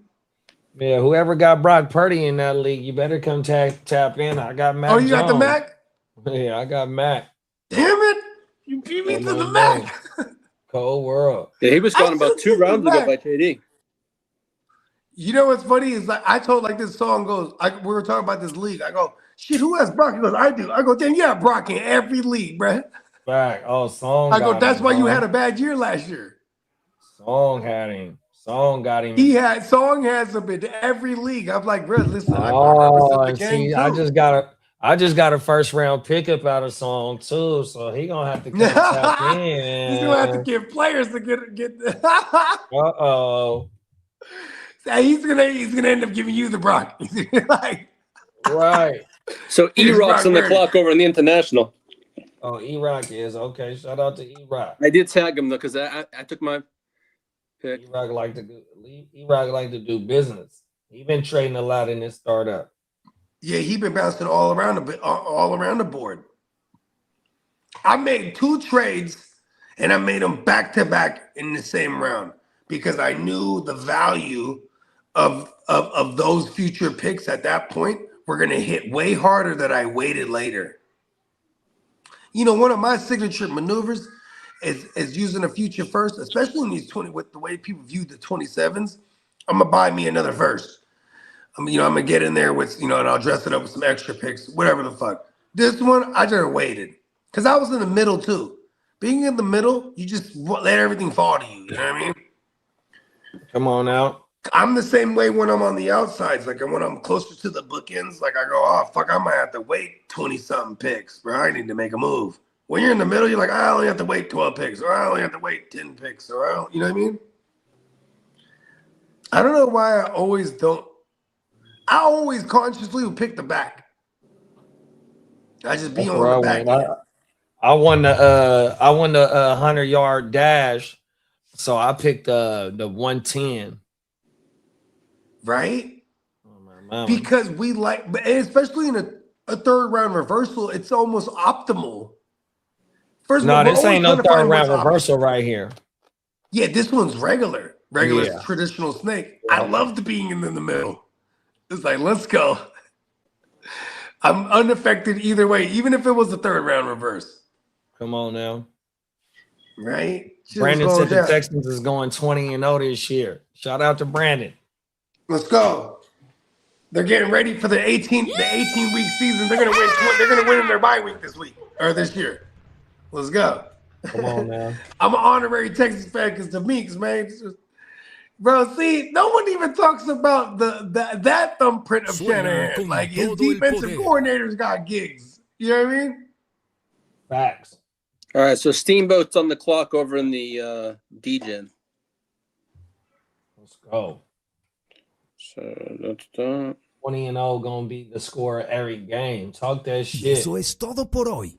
Okay, I'm gonna say this right now. If the Houston Texans offense can just get like one more notch better, 2 more notches better, right? Very dangerous now. Because teams don't beat them teams don't put 40 on them. Teams don't barely put 30 on them. Oh, there's a blurb about Breece Hall. The Jets are in the ballpark for a 4-year, $60 million with $38 million guaranteed for Breece. Get your money, man. Let's go. Keep him in New York with all them weapons they just added. That's the ballpark that they're at, but that's they're floating around. So we shall see. Oh, excuse me. My bad, Joe. Yeah. Oh, yeah. Yeah, Breece Hall, yeah, he's a guy, man. It is going to be fun to see them because this is like a cool story. This is the junior story. We got Rodgers. He's the story. Geno's the junior story. Him returning to the Jets and they're like Aaron Glenn ain't trying to build for no future as when it comes to his job. He's trying to win now to keep his job. Like, no, for real though, they're not just like, all right, we're gonna build for the future for me to get fired and have someone come in with all these draft picks and shit. He's trying to win, so it is gonna be fun to watch them because they might rattle off like 6 or 7 wins here as a floor. You know what I mean? I mean, they have competency at QB again. I mean, they were a 6-7 win team with Rodgers. You know what I mean? And Geno definitely played behind the worst offensive line ever in like the last 10 years history. For real. So, with the Raiders, I mean. Yeah, Hey, that's why the Raiders is so exciting this year because, bro, they just did anything to that offensive line. They're going to be better. You know what I mean? Brandon said, the Jets really be paying the ransom to the hostage. They really do. I know, bro. That's how we can get it back, huh? Hey, that's sad though. Somebody hold Gino hostage, bro. You just be like, all right, fuck it. Yeah. He ain't lying there. Oh, wow. He's getting a decent bag. I think they traded for him, so he's getting that same bag. They're completing the bag that the Raiders offered him. Because the Raiders offered him a bag being like a guy who got a team into the playoffs. You know what I mean? And it was what was his name? Pete Carroll was there, so he made sure. Crazy old man Pete.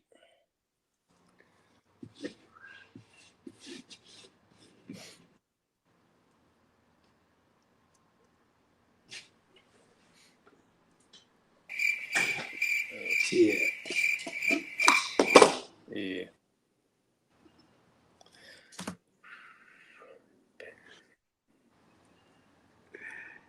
Yeah, you know what? But shit, we can close this thing out. Yeah, you it's know what I mean?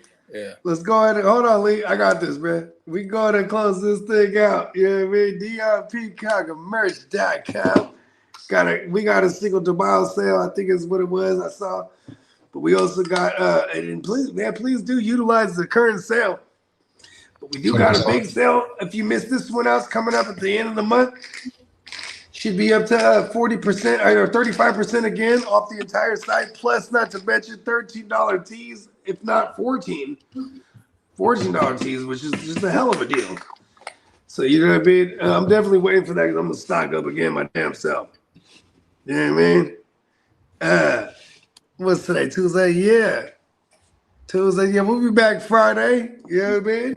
Wake your game up. You already know what time it is. Hell yeah. Let's go. I like it. I was right, Peacock? We got the sale today? Or there's a current 20% sale? off. 20% off. 20%? Oh, that's a whopper. 20% off right now. Use the code UNLOCK20 at checkout. That'll be good to the 7th. So for another 3 days. Let's go. There you go. Make sure you check out the draft party shirts, Vegas shirts. There's plenty of new Spurs gear up there. You guys are into that. A couple of draft things. What round is it in? The Spurs are in it right now, huh? I mean, like they're like second round. Oh. Yeah, it was a 2-point game. They took the 3 to win it, and it didn't go in. So living on the margins, I'm okay with that. What is this, game 3 now? Coming up? No, that was the first game. Oh, that was the first game? Oh. First game of the second series. It's crazy seeing the Spurs. Like, you know what I mean? Like, the Spurs are a name right now again. As they've always been, actually. But yeah, let's get up out of here. I was about to take us on another 10-minute fucking rabbit hole. Okay. Appreciate everybody. We'll catch you on the next one. See us again on Friday. Yeah.